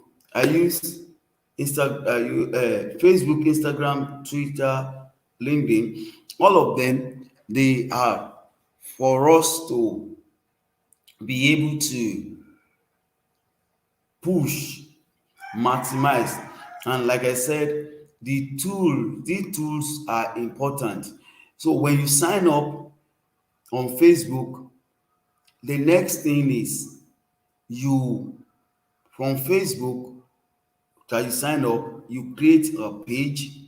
From the page, you are able to put a product, put an advert. You are able to talk to customers by the creation, the content creation. You're able to reach out. Then the using the format of keywords.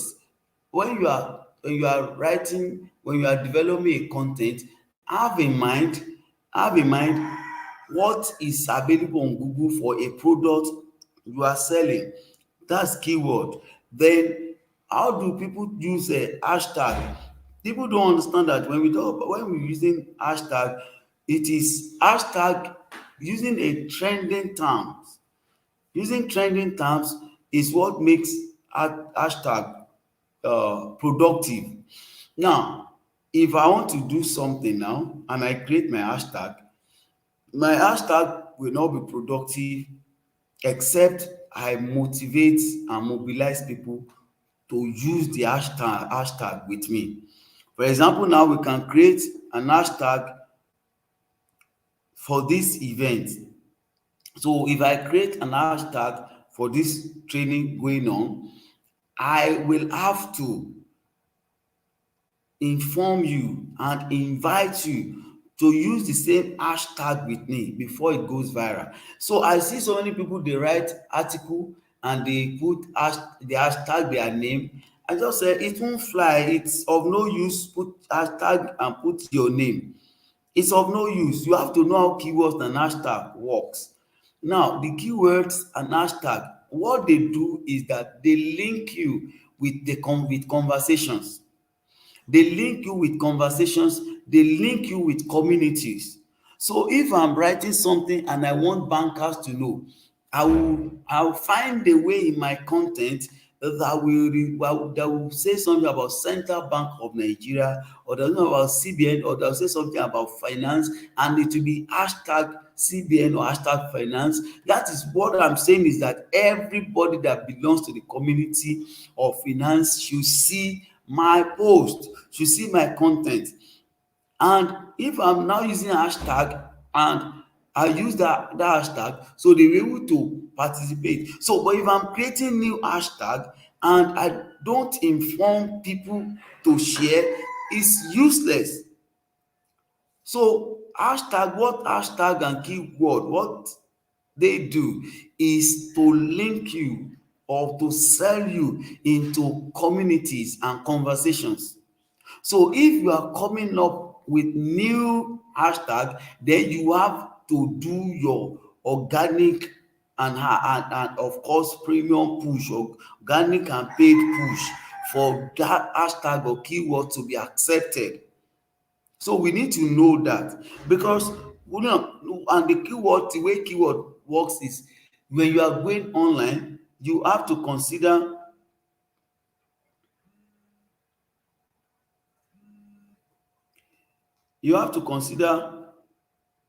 people who are not, you have to consider the informations that are already online for you. Informations that are already online, you have to consider them. So what I'm going to do is that, like I said earlier, subscribe to EA Project Africa. Then let's go to Facebook. Go to Facebook. I'm going to stop the slide, will refresh. I want us to have break. I will come back. We will go to crypto. We still do lots together. So what we do now, okay, let me stop this slide. You can see me. So what I want us to do now is,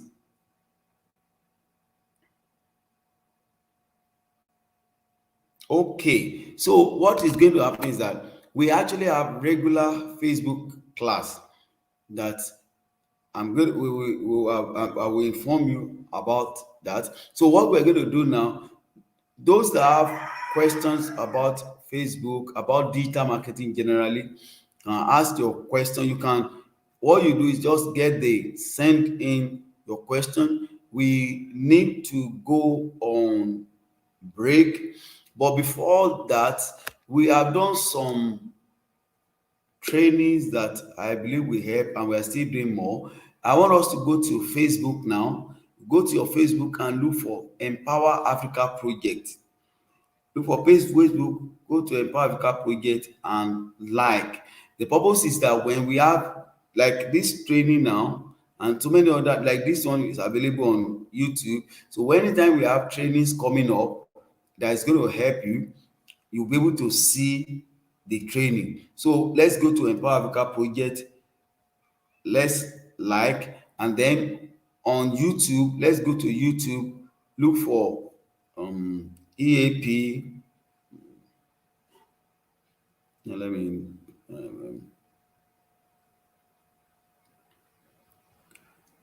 okay.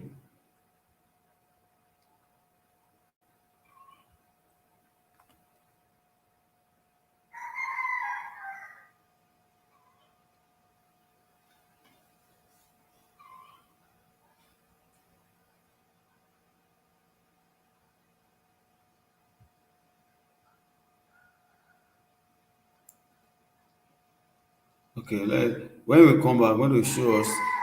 So let's just look for EA Project, share that EA Project TV, and subscribe so you'll be able to see more of the videos coming. So let's go on break, just 10 minutes.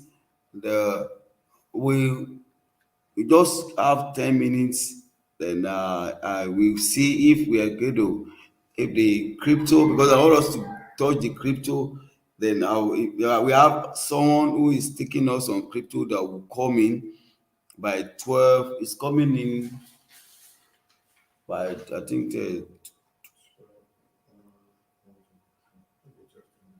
okay, 12:25. Okay, so let's have a break now and then we'll come back 12:25. So thank you. So the studio is open. Let's just for now try to have a break. Then we'll come back exactly 12:25. Thank you.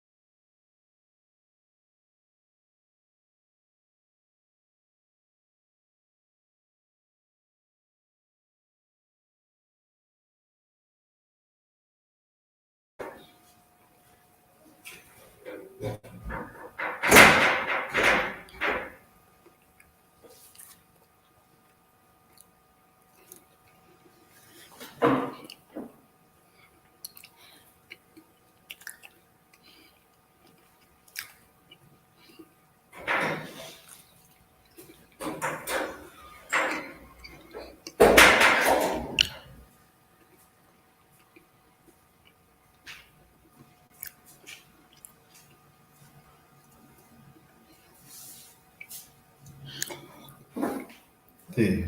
Yeah. Okay.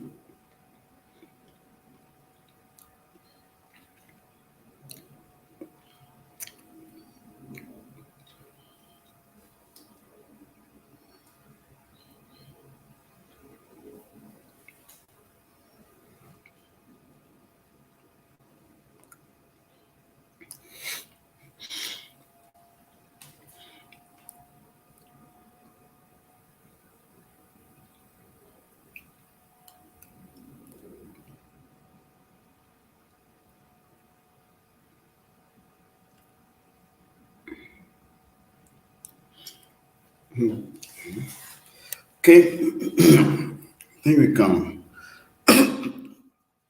All right. So, are we back?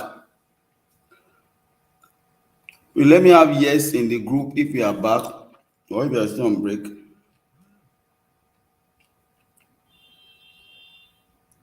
Just let me know.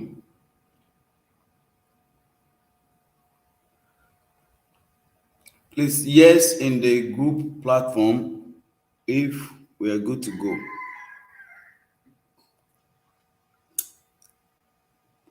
It's already 12:32. We are 5 minutes on. Yeah. Okay. So I'm going to. I think while we prepare, I think I need to share a video with us briefly. While you ask your question on that platform, I need to talk about something. The security. I'll just say, okay. Let me just share the video. Watch. Although you have the link, yeah, HTTP is not enough. What the best thing is that subscribe to EA Project.Africa because of our time. But I need you to know that don't just click any link without knowing where they're coming from, where the link is coming from. And then yes, I think I should answer one question generally.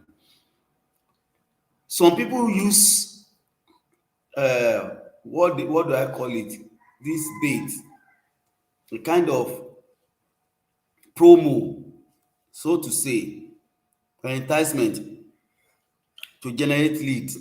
What we call leads is having your data, your phone number, your emails, your engagement to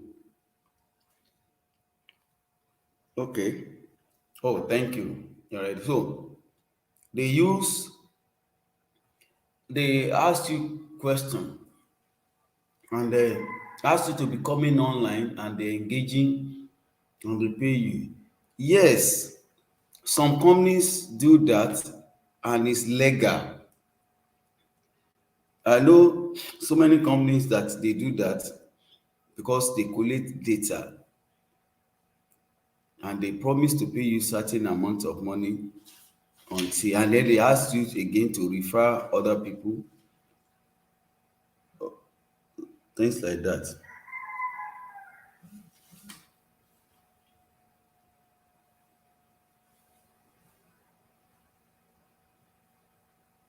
Okay, so I'm looking at their question.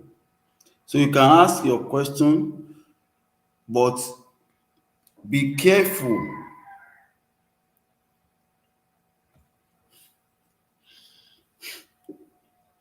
Be careful the link you subscribe to. Be careful the link you open. It's very, very important. Um, we've done some videos in around cyber security. So I was actually thinking that I don't want, because of the time. I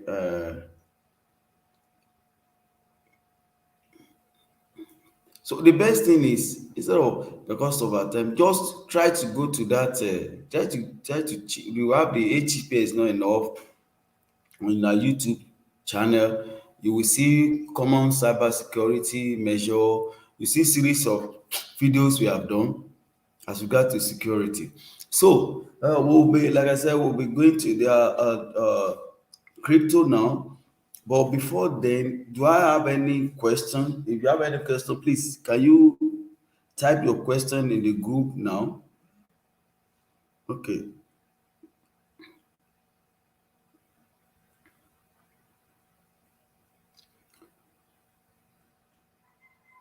Trying to read questions. So on practical aspect, how can we start? On practical aspect, how can we start? Okay, so number one is a big, how can we start? I think I answered it before. Number one step is, like when we are rounding up, I'm going to share some links with, or of course, okay, that's good. On the platform, I will share some links for where you can have free digital skills training. That will really help. Join the Empower Africa project on Facebook. Not, I see so many people going to group. No, join the page. The group is good, but the page, expecting people to just do is that go to the Empower Africa project, like the page, and then join the group. So do the two on Facebook, on the AA project. Just what you do is subscribe. So I'm planning, I'll be starting a weekly tech talk and business. So I'll be able to have time, whatever you want to do, your line, and then you have my line. I'll give us a line you can always contact regularly, but sometimes my direct line may not go. But the other one, the business line, the group. So you can always ask questions, whatever you choose to do from whatever we have talked about, then we take you step by step how you can go about it. I can always do chat for general. If anybody has question in regard to, I want to go into this, then we can always have a chat in that line. But generally, you have to develop interest in digital, in internet primarily. So I said, sign up to Facebook 8 page, learn the process, must be ready to learn, must be ready to learn. I will send the links where we learn, and then ask me question, be part of any trainings we have that will bring different people. The part of those trainings when we call, for example, we have once in a month a partnership training with Google.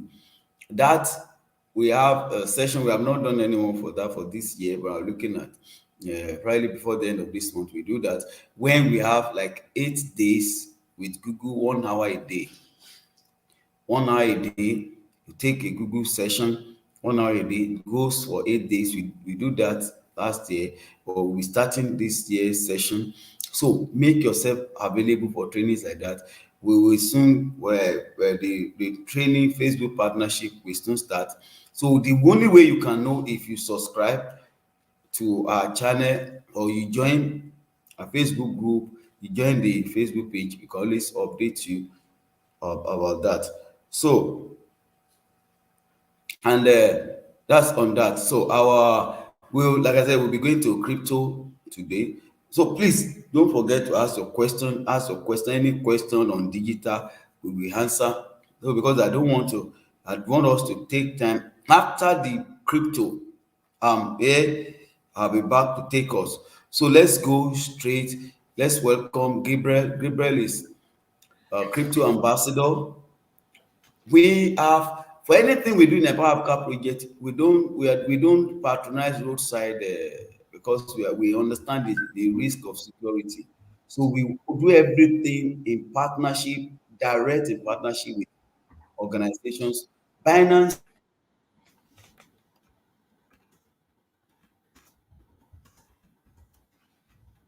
is globally one of the largest trading platforms.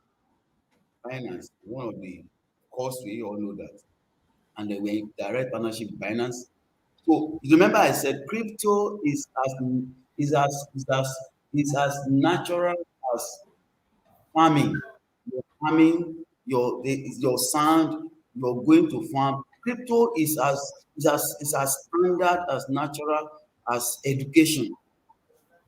So because crypto is not one, crypto is not MMM. See, what we call blockchain, is a regular established finance. When when Bible is talking about uh Bible is showing us the picture of what is to come. Crypto is bringing us a global currency. That the limitation, our national currency has limitation. Every couple You should have four you cannot use naira to buy something outside Nigeria. It has to be dollar or, but with crypto, you can buy house anywhere, you can buy anything anywhere without having to change currency. You can, as in, and then the interesting thing, you can value a project globally. And now, see, if a house cost 10 million, just for example, in Nigeria, by the time you want to value that house in America, by dollar, it's going to be a different thing. But in blockchain, whatever it costs in Nigeria, it's the same cost everywhere. So you can use crypto to access. You can buy anything anywhere all over the world. The liquidity, everything. So we have to understand. Crypto is practical. Well, I'm not the one taking the class. That's just an introduction. Let's welcome Gabriel. Gabriel, please, All you have right. the floor. Mr. Ola, thank you very much for the platform to speak on crypto. It's always nice, to talk on these things, to get people empowered, to get youth involved, and to bring a lot of people on board crypto. So I guess I first of all apologize for being late. My network was bad. I had to change locations to get a good reception, and it's not been easy. So welcome you guys to this session. I think would roll straight up. Would roll straight up.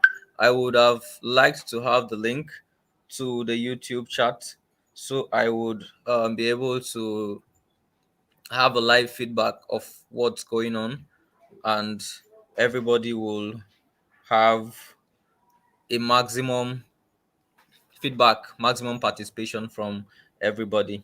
So I think we should cut right to it. Yeah, we should cut right to it and then start.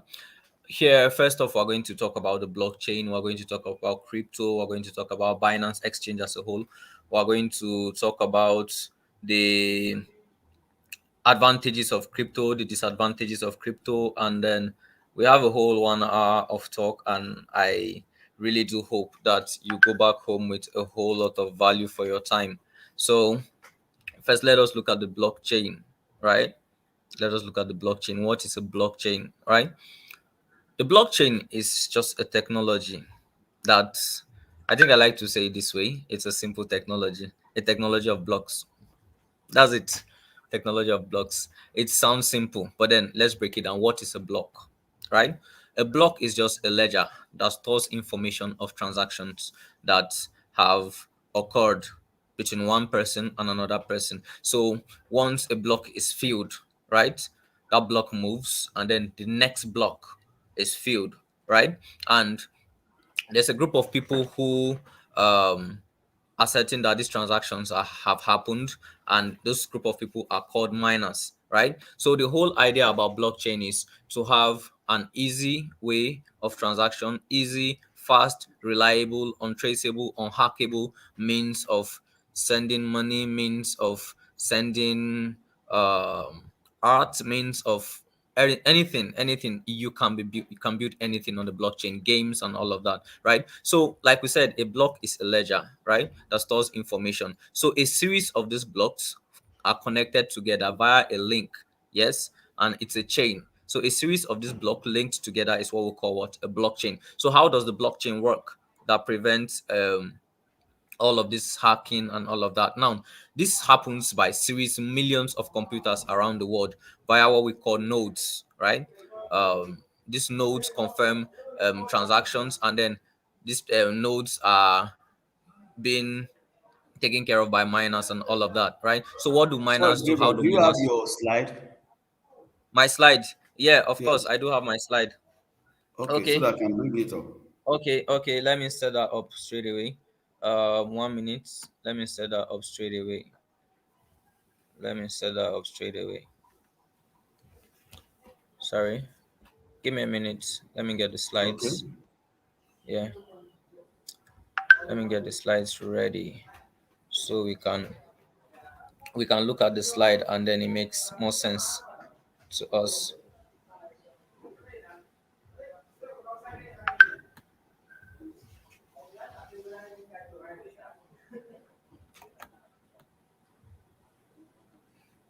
Sorry.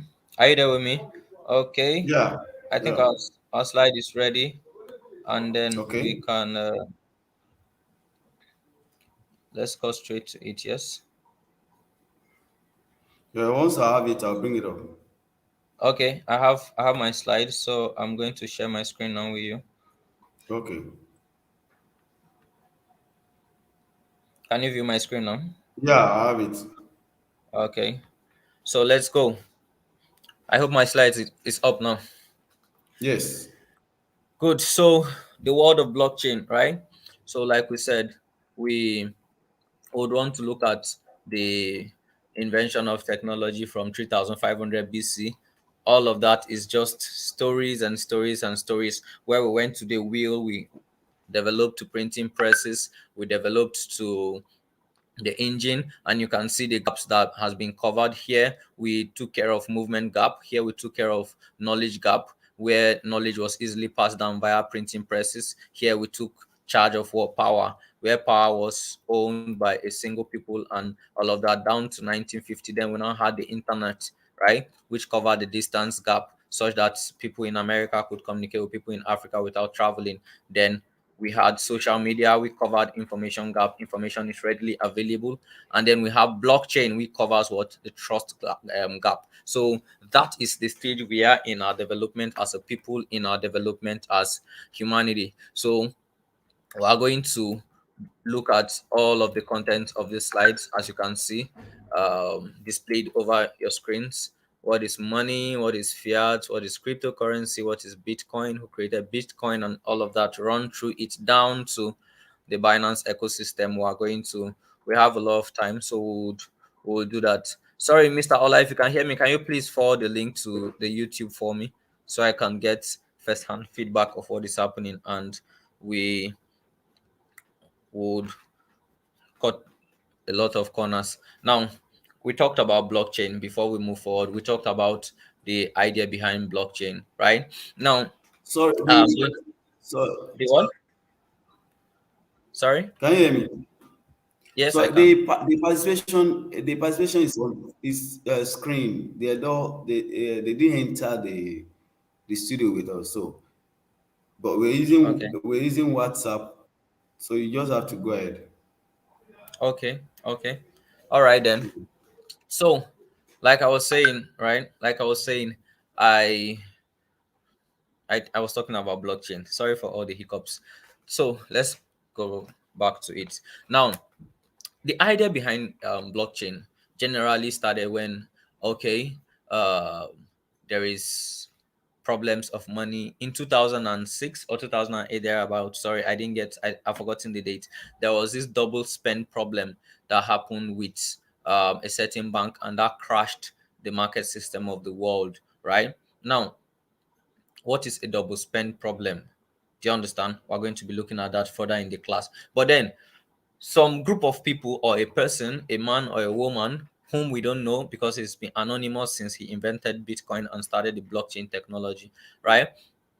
He came up with an idea that, look, we can cut the chase of having money centralized. We can cut the chase of having to deal with problems of central banks having these people's money getting stocked, and other branches, other subsidiary branches of the central bank, which are different branches of banks owned across the world, across your country or your states, having to deal with issues of, okay, we've run out of money, we run out of this, the network, these issues and that issues, right? So he was like, how do we solve the problem of money? How do we solve the banking system? How do we bring power back into the hands of the people, right? Because whoever controls the money has the power, right?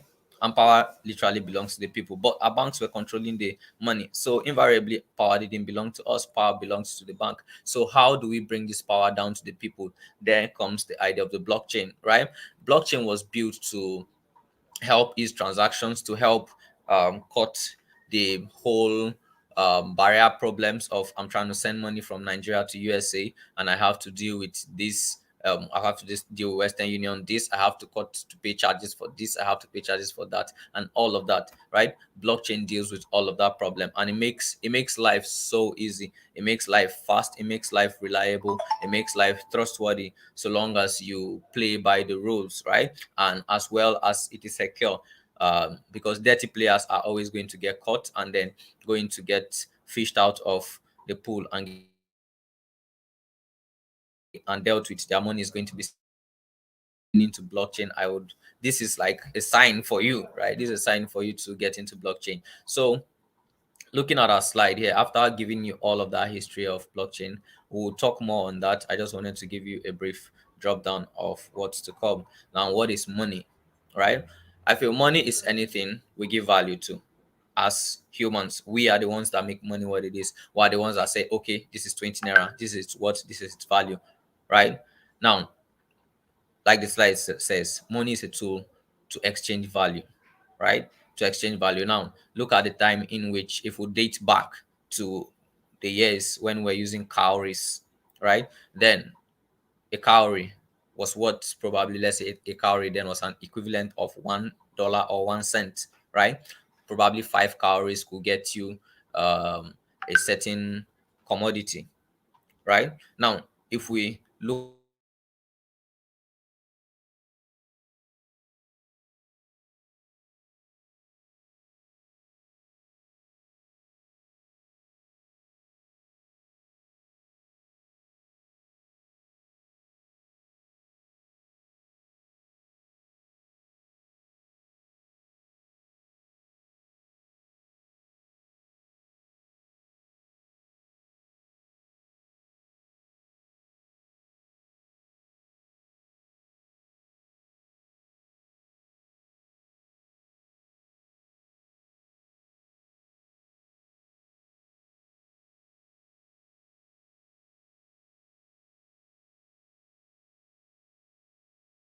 I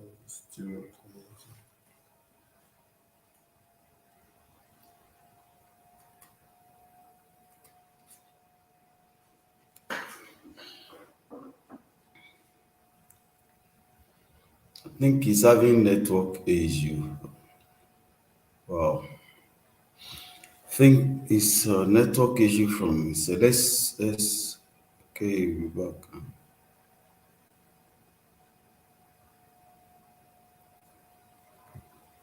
Wow.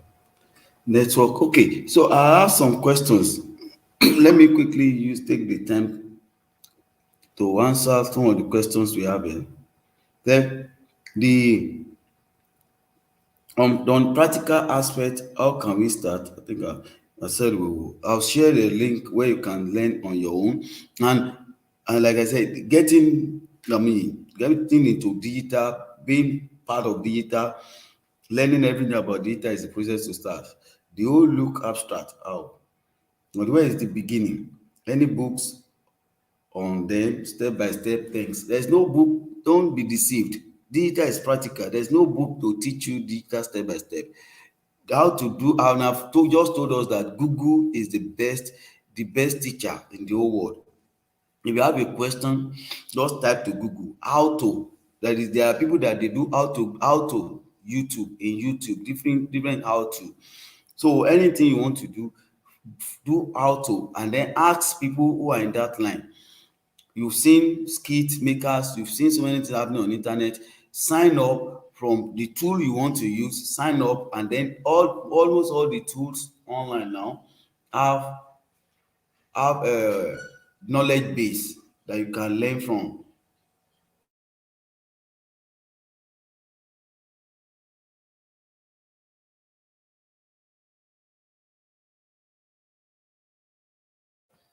So they have knowledge base you can learn. Then so it's about, I told you how I, for me, I told you I have lots of certificates, paid, free, paid. I went into it straight, and I spent time learning. So I don't just go, enough of just going and be doing cash just on unnecessary picture. Look for topics online that you can use to build the line of business you want to, and practice them. I practice a lot. There are websites where you can learn. I will send it if you want to learn website design. There's WP Beginner. I will send the link as well to the platform. I'm able to learn how to design website. There are free platforms to learn things. There are paid platforms. And then so that's, as I said, for business use. To start importing vehicles, what steps should I follow? I didn't talk about importation or vehicles importation, and I don't think it doesn't. We didn't talk about importation here. Of course, people import. While our focus, if you want to import, you can now check online companies that import. So the issue of online tutorial class, how would I start? Okay, so I will share the link of the companies. Now, online tutorials you can use, you can use YouTube private, unlisted. You can use Facebook, but that's just preambles. There are platforms. We have Teachable. You can use Teachable to do your online trainings. Teachable is very good. So I will collate for people that want to go into online tutorial. I'll collate. I know that there are few of them, but if you just go to Google and talk about online courses platform, you will see them. Teachable gives opportunity. They have free and premium, and many of them, like for Teachable, you can at least take 10, like per course. You can have 10 students, and for free you can have 10 students attending. They have numbers, so it's something that I encourage us. But it's going to take you work. Of course, the job you will need to do your videos, ready videos, like what I'm doing now. This I'm recording. If you do good lightning and you record your videos, you can use your laptop. If your laptop has good camera, do lightning on yourself and do your training talking to your laptop. Okay, it's back. But so using your laptop, and uh then you can, when you move further, you can able to get camera, record, and you go do the studio work and upload. So we have those platforms. Okay, I will let's have Gabriel continue. All Okay, right, sorry guys, that's your sorry guys. network. No problem. My network went off totally, and I Yeah, didn't sure. even know. Let's move on, please. Let's move on. So Okay. sorry, where did the network cut me off? Sorry, I want to be sure so I can continue from there. Where was I cut off? I, wait. We have your slide and can know. Yeah, the network cut me off while I was moving, and I didn't realize in time. Okay. Because I was on this slide. I just realized that my camera went off on my system. Oh, Okay, I'm sharing my screen now. Is it visible? yeah, we have it. Okay, let's What let's is let's go crypto? over. All right, Let's all let right. Yeah, I think we're on cryptocurrency now. What is cryptocurrency, right?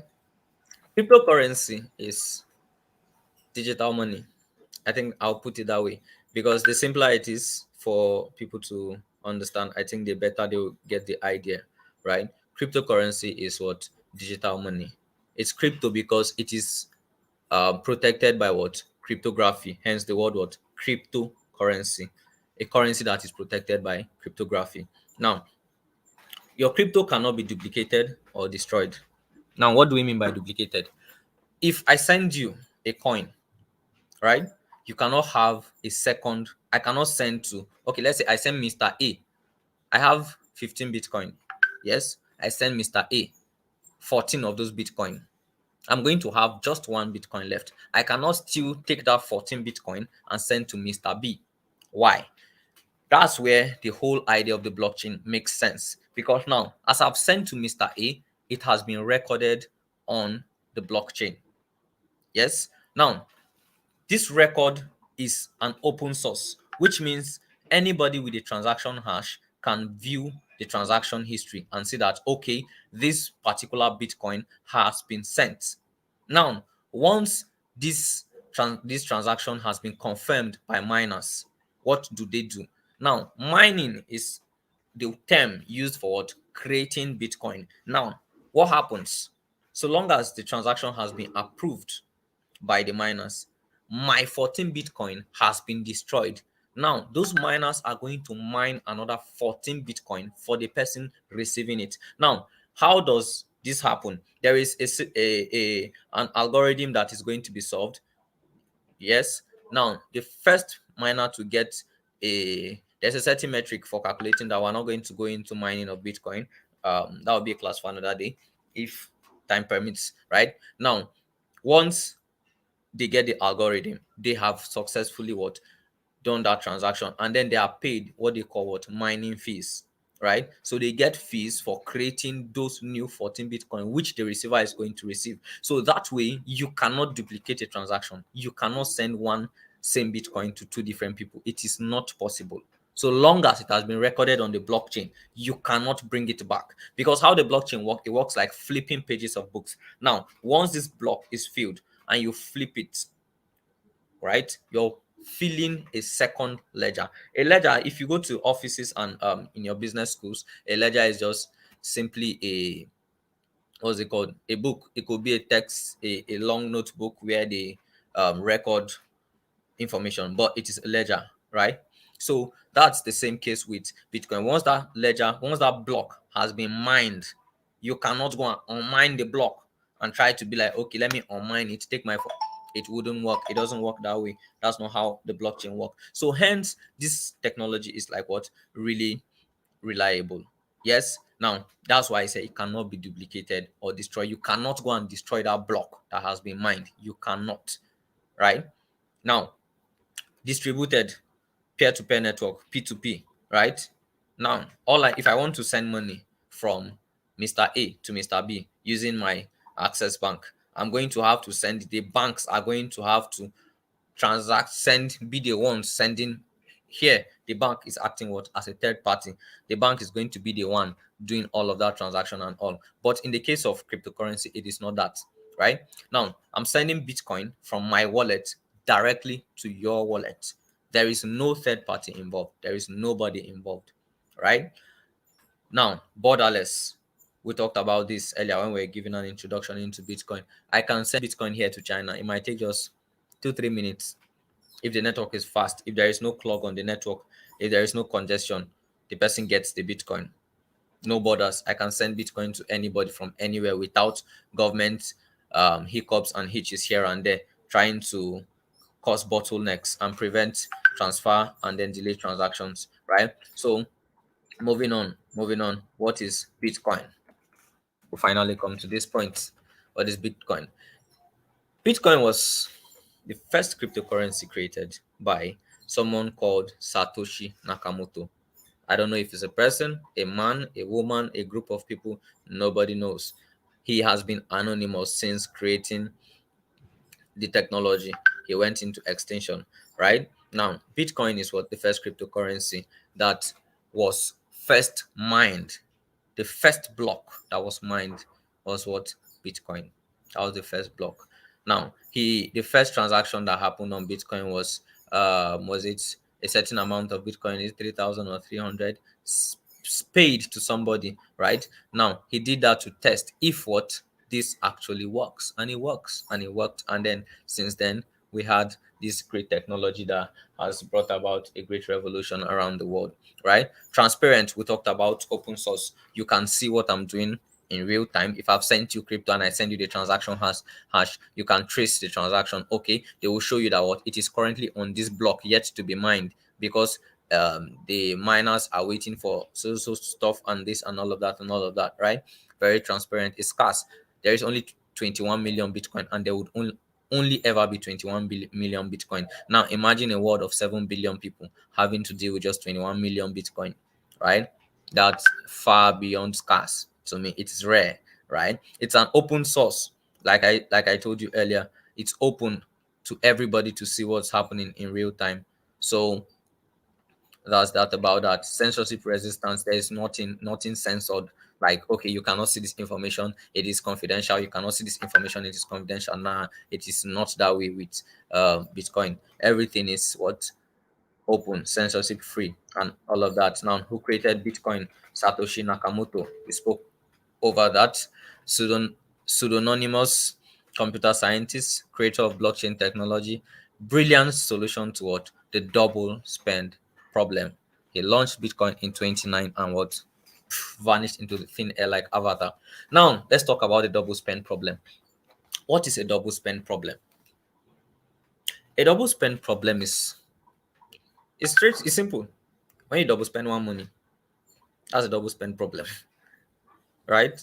As simple as that. But I think it gets more complex when you try to look deeper into it. Now, for instance, yes, I can duplicate a certain 1,000 naira note, right? You've been hearing of fake money, all this counterfeit money, and all of that. That's a double spend problem, because I have 1,000 naira, I give it to this person, right? And it's not actually a single 1,000 naira. It is a double spend, because you can have two different 1,000 naira with the same um number, the same, because people do not check those things, right? So you can double spend a particular currency, double spend a certain money, right? And it causes problem. And I think I would advise us to read more on the double spend problem. If you want to get into finances, it's good to know, have a broad knowledge about these things. But since we're not talking about that, I just want to give us an idea. So how does Bitcoin solve this problem? Like I said, we cannot send one Bitcoin to two different people. It cannot work. Why? Because the information has been recorded on the ledger, and everybody has agreed that, look, this Bitcoin has left this wallet to this wallet. There is nothing you can do about it again, right? Great technology, in my opinion. Now, what is blockchain, right? We talked about it, but since it's in the slide, we should talk more. Blockchain is a new way of storing, validating, and structuring what? Data. Blockchain technology is a decentralized, persistent, transparent, distributed, append-only ledger through a variety of what? Consensus mechanism, right? Now, I told you that what? Everybody agrees that this money has been spent. This Bitcoin has been sent to this wallet. It cannot reverse back to that wallet. There is nothing like reversal in crypto, right? Now, hence, when I send Bitcoin to another wallet, there is a certain amount of confirmations, right? A certain amount of confirmation. I think for Bitcoin is 6. You have 6 confirmations. So after these confirmations, the Bitcoin leaves my wallet. So while it is confirming, yes, the other person is not going to receive it, right? The other person is not going to receive it until a certain confirmation has been passed where you cannot reverse the transaction. The other person now receives the Bitcoin now leaves your wallet. And you cannot come in. It is not possible. I have never heard of a case where someone sent Bitcoin, he appeared in someone's wallet, and then after a few minutes, it disappeared. No. Now, of course, there are scammers who there's something they call flash. I've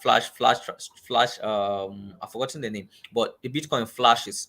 You see it in your wallet, and then you don't see it again. Now, that is not on the blockchain. That is not on the blockchain. It is people who have found dubious apps to make Bitcoin appear in some, and it is not even on every wallet that happens. On some certain wallets that have compromised security, right? They could use some apps, and then so it's just like all these fake alerts you see a lot of scammers do all around. They find a way to send you a fake alert, you see the alert, and then a few minutes later there is no money there, right? So unless in situations like that. But I think talking more would get to the security part, and then we would digress on that some more, right? I think we've talked about this. We've talked about this. Then now let's talk about the issue of trust. What is blockchain? The participants don't need to trust each other. Everyone keeps track of balances and transactions. What happens if someone tries to cheat the system? Oh well, let's look at that. What happens if someone tries to cheat the system? Now, for instance, what do I need to say about this again? I think we've talked about this, we've digressed it, or we've looked deep into the double spend problem. That is, you cannot cheat the system. It is not possible, right? It is not possible. But then, right, there is something called decentralized exchanges. Now, that is where people get to cheat in the blockchain, right? But on Binance Exchange, there is no way you can come and cheat because there is a lot of security protocols set in place to take charge of all of these drawbacks, right? So we've talked about that already. Then I think moving forward further, I'll tell you more about centralized exchanges and decentralized exchanges and their possibilities and impossibilities. So now, Bitcoin versus blockchain, right? Bitcoin, digital currency, blockchain, distributed database, right? You see the difference why Bitcoin is not blockchain. Blockchain is not Bitcoin. Bitcoin is only built on a blockchain, right? It has its own blockchain. Do you understand? So financial asset, Bitcoin is tradable. You cannot trade the blockchain. The blockchain only does what? Record information. The most popular currency in crypto is Bitcoin because it was the first crypto that was produced, that was first mined, and to an extent it has a lot of effect on how other cryptocurrencies do what perform in the market at large, right? Blockchain, any kind of digital data can be blockchain, right? Several use cases, like you can use the blockchain for a whole lot of things, not just trading Bitcoin. You can use the blockchain for gaming. You can use the blockchain for NFTs, non fungible tokens. You can use the blockchain for music. You can use it for virtual reality games. You can use it for the metaverse, name it, right? And with the inception of the Web3, there's going to be more use cases to the blockchain. Like it is a gem yet to be fully accepted by the whole world, and when it's accepted, it is going to change the way we live, the way we spend money in a whole lot of ways, right? Now, Bitcoin, a computer software, open sources code, public and decentralized. Now let's talk about decentralization. What do we mean when we say something is decentralized? I'll use this example. You have your central bank, right? It controls all the money, controls how money is distributed across the country, across the world. Like you have the World Bank that controls all of that, and then you have the central bank in Nigeria that controls uh, money, makes regulations, and all of that, right? Now, Bitcoin is public and is decentralized. That means you have your crypto. I cannot tell you what to do with it. I have my crypto. You cannot tell me how to spend it and all of that. You cannot tell me, okay, look, you cannot use Bitcoin for this. You cannot use your crypto. Nah, it is decentralized. Like there is no central authority that controls Bitcoin. Everybody controls it, right? So everybody owns the power to control what they own, right? So I think that in itself is a great, it's a great thing that has happened to us. Now let's look at a comparison between Bitcoin and fiat money. Fiat money centralized, Bitcoin decentralized. Fiat money controlled by governments, Bitcoin peer to peer between you and I, no government. Fiat money not scarce. They just keep printing money. There is no end to printing. They can just keep printing money. So long as they run out of money, they will just print money and print and print and print, right? But Bitcoin, right? Once they have written the code that only 21 million Bitcoin can ever be mined, there is no going back from that. You cannot mine more than 21 million, right? That is a scarcity in itself, right? Unlimited supply money, right? Controlled unlimited supply, chargeback, irreversible transaction. Like I said, once a block is mined, you cannot unmine the block and be like, yo, what's up, we did a mistake about this mining, no, let's unmine it and then send it back to the people.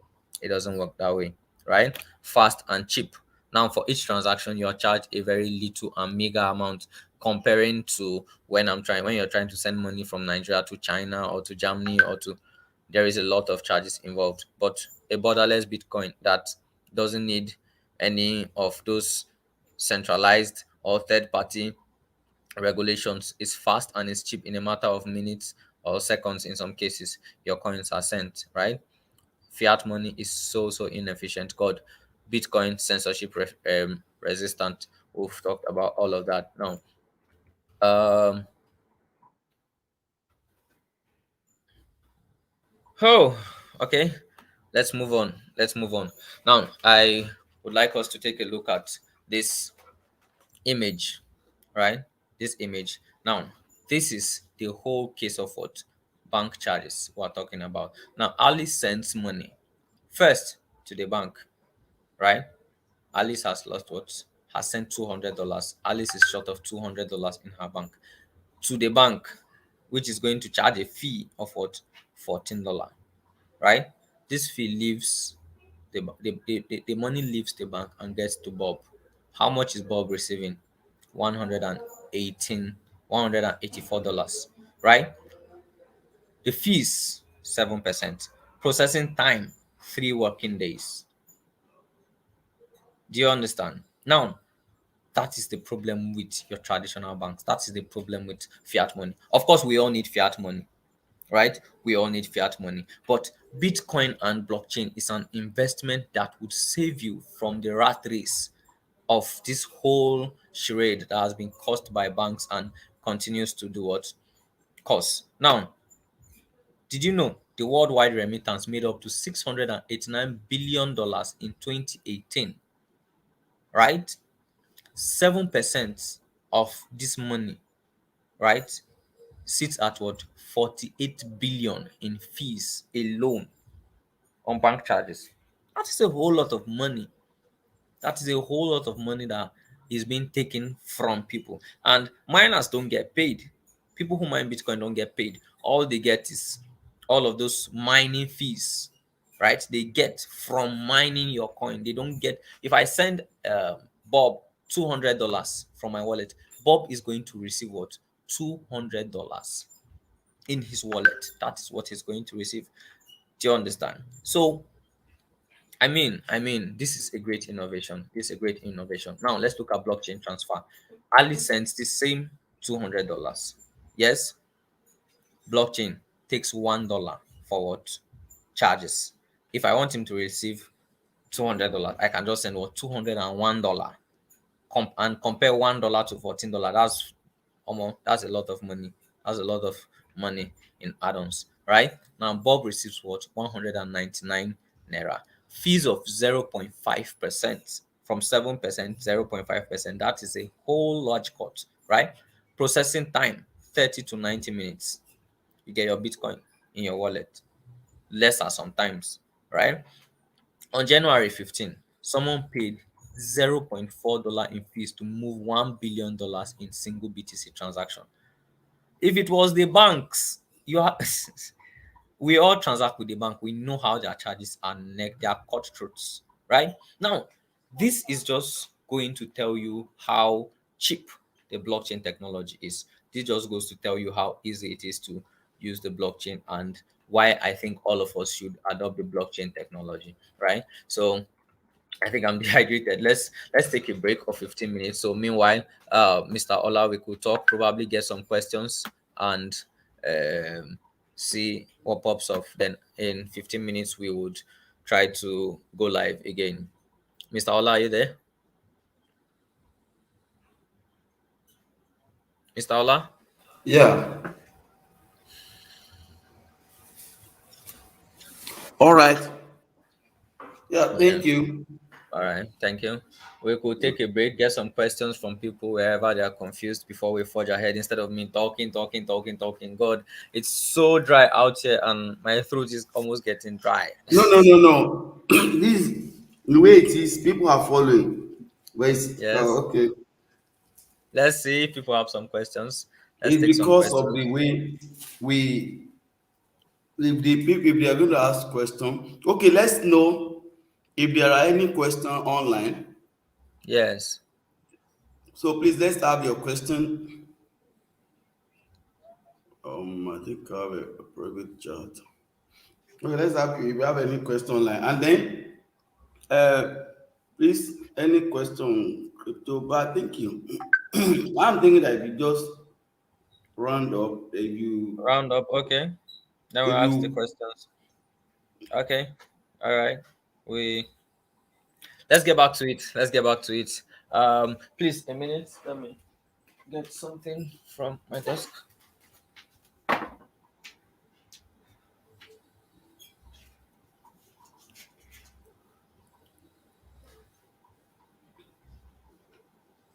so please if we have any question for him.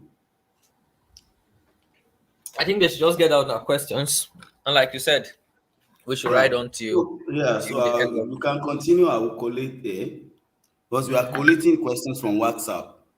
Okay, okay. Yeah, because That's no people problem. are participating. Let me tell you, people are participating from the with using their screen. Now let's move on. Let's move on. Block two. This is the second phase. Bitcoin mining. What is Bitcoin mining? Right? We're going to look at Bitcoin mining, cryptocurrency wallets, blockchain use cases, and all of that. Now, what is Bitcoin mining?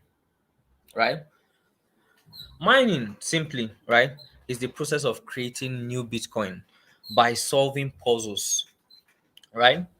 How does this work? How does this work? There's a group of people called miners. They use machines called supercomputers called what? Mining rigs, right? These computers are equipped with specialized chips competing to solve mathematical puzzles. The first Bitcoin miner, right? That's the first person to get the right um, answer to the puzzle is the one that mines that particular block, right? And this process goes on and on and on and on and on, right? The mining process confirms transactions on cryptocurrencies networks and makes them what trustworthy. Like I said earlier about mining, right?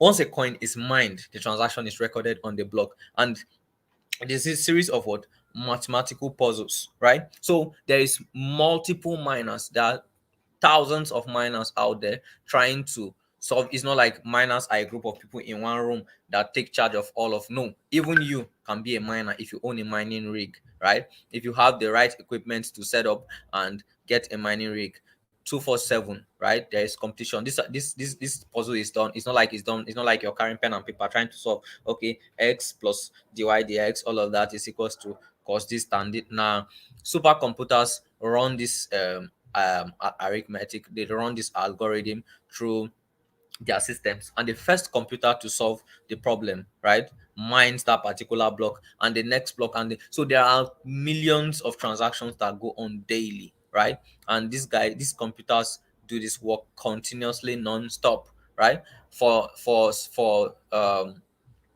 mining, mining consumes a lot of energy. Why? Because these computers are supercomputers. The hardware, the the processor, the graphic processor, GPU, they use high GPUs, right, to run all of this, so they consume a lot of power, and hence these computers are not even in cases because the heat will be too much, so they are open big um supercomputers that run this, right? There is 24/7 electricity and all of that. Hence, I think sometime last year we had a problem where Elon Musk complained of the amount of um unhealthy environment that is created due to Bitcoin mining. I think there was an what's it called? There was a study that showed that I think Bitcoin mining as of 2020 consumed a whole lot of energy, more than a particular country, more than Argentina as a country.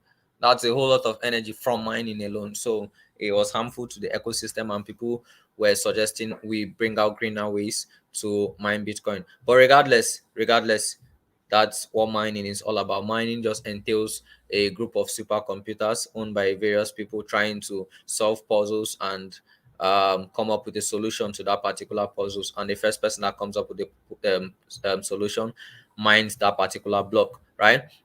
Now, what are cryptocurrency wallets? Cryptocurrency wallets are just applications on our phones or hardware devices where we can store our crypto, right? There is exchanges, there is various wallets. You can talk of Trust Wallet, you can talk of exchanges like Binance, right?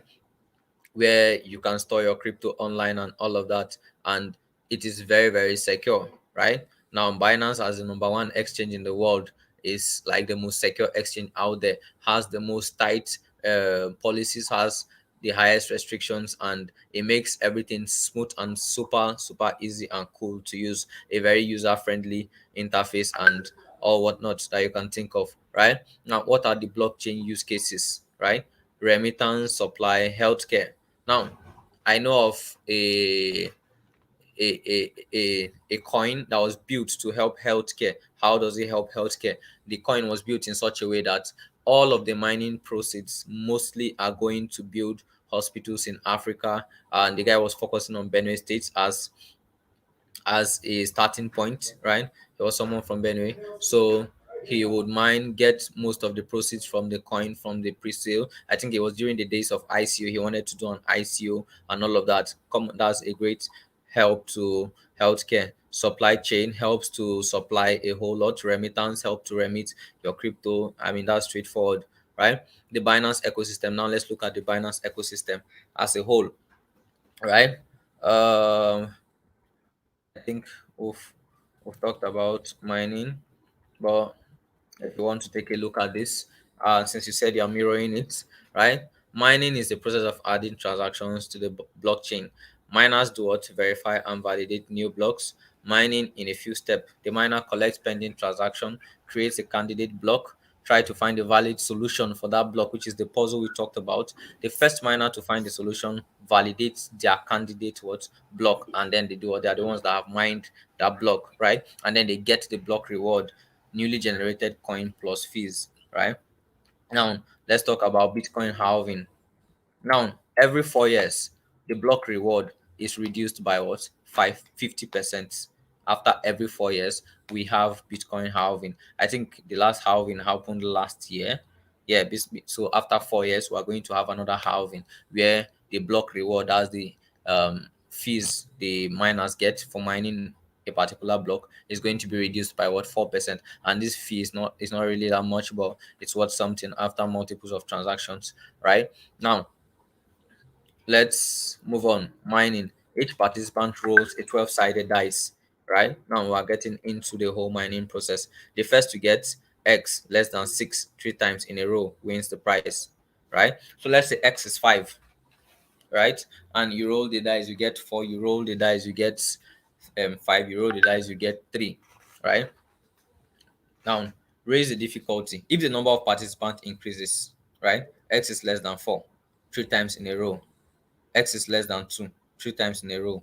X is less than 20, like X is less than 20 times in a row, right? Reduces the difficulty if the number of participants what drops. So depending on the amount of miners currently online at that time trying to mine that block, let's say there's 10 million people trying to mine a particular block, there's a lot of mining rigs out there, right? Then that's maybe increases to what? Difficulty. And as you can see, the difficulty level increases in that manner. So that way, the first person that gets all that fits the criteria mines that particular block, and it happens it happens super fast, super fast. Now, cryptocurrency wallets. What are wallets? We're going to look at what? Two types of wallets: hot wallets and what? Cold wallet. Now, a wallet is a tool used to do what? Interact with a blockchain network. Can be divided into what? Three main groups. Software. We have web, we have desktop, we have what? Mobile. right? I could have a wallet on my phone. I could have a wallet on my desktop. I could have a wallet that is on the web. I don't have the application or anything. It's just on the web. I have to access the web, right? Before I can use my wallet. Now we have hardware wallets. Now, this wallet is more like, as you can see here, it's more like a flash drive, right? Now you get your keys and then you move all your crypto onto this wallet. Now nobody can have access to this wallet except they have access to what? That flash drive. And that's a hardware wallet, and a hardware wallet can never be hacked, right? Can never be hacked. Paper wallet is a wallet in which your keys are stored on a paper. Let's say, for instance, I have a trust wallet. I don't have the application. I just created this trust wallet and trust wallet. I stored my mnemonic on my paper and I don't interact with anything. If I want to log into my wallet, I have to get the mnemonic from this paper and then do what? Log in. Now let's look at the use cases of blockchain. We've talked about all of these three. Let's look at other applications. We have charity, we have dApps. dApps is a short form, it's an acronym for what? Decentralized application. We have gaming, we have governance, we have identity management, IoTs, right? I think you should write that down and do a deep study more on that, because I think I have another meeting slated and I will try to run through this so that I can attend my other class. Now, blockchain use cases. Remittance, worldwide transfer of money, the largest flow of funds into developing countries.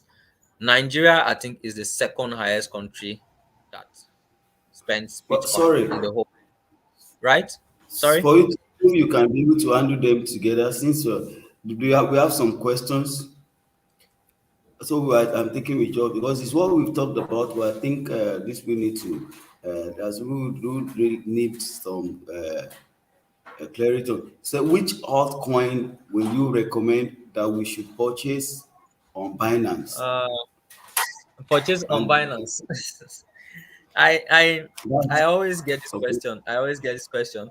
People want to just Yes, pick your because brain. the reason why the question is coming is because people want, and I think I explained that in the last session, because people Okay. are want the genuineness of this stuff. Now, Okay. you remember my answer was, if you can click on Binance and you see different coin, any coin you see on Binance, you know that if it's not tradable, if it's not worth uh like I Like. mentioned, Cyril and the stuff. So, Mm-hmm. but if probably people want to, before Binance can sign up with a coin with a company that produce a, I mean, make available coin, you should know that there must be a kind of trust. So you can't see what they can trade with on their platform. That's what Okay. Gabriel is going to talk more on that. Then how do we trade with Bitcoin? That is what we are discussing here. Right. That No, is I think what I we are think discussing. we'll But take all of these for questions. for how do we trade? We had a comprehensive training last week or last 2 weeks. It's on, and we have it on our YouTube It's on YouTube. channel. Yeah, it's on YouTube there, so Yeah. you can watch the video. I will send the link to this platform again, but at least, well, that's what he's still talking about. I think he dealt with that extensively. Yeah, So that's why I said sorry. okay, so that's it. Then, how long can we invest before getting tangible interest? Oh, please, let's understand it. Crypto is, we are talking about trading, because this next question always is also, there are lots of crypto trading. Okay, we will answer that. But the last said, Sorry, a sir, minute, please. I invested on cryptocurrency TBC in particular since 2017, but I don't know much about it. Can you show? Oh, okay. The I think I will let him talk about that. Okay, so he said I invested in cryptocurrency TBC in particular since 2017, TBC. but TBC. crypto TBC in particular, but I don't know much about it. Can you show more light on it? Can you share more light on it? More light. Then Okay. I also, think I how think I can would we start using Bitcoin? So to start using Bitcoin, I will share the link on the YouTube with us here, and they're still going to Yes. talk about that. But we will have to talk about the BTC, the TBC issue. They Okay. answer that. Then I will now ask about this. Is talking about this one is saying about there are lots of crypto trading bots out there aside Royal Q. Which other boat will you recommend? In particular, is Loyal Victory, Loyal Victory 4 boat okay?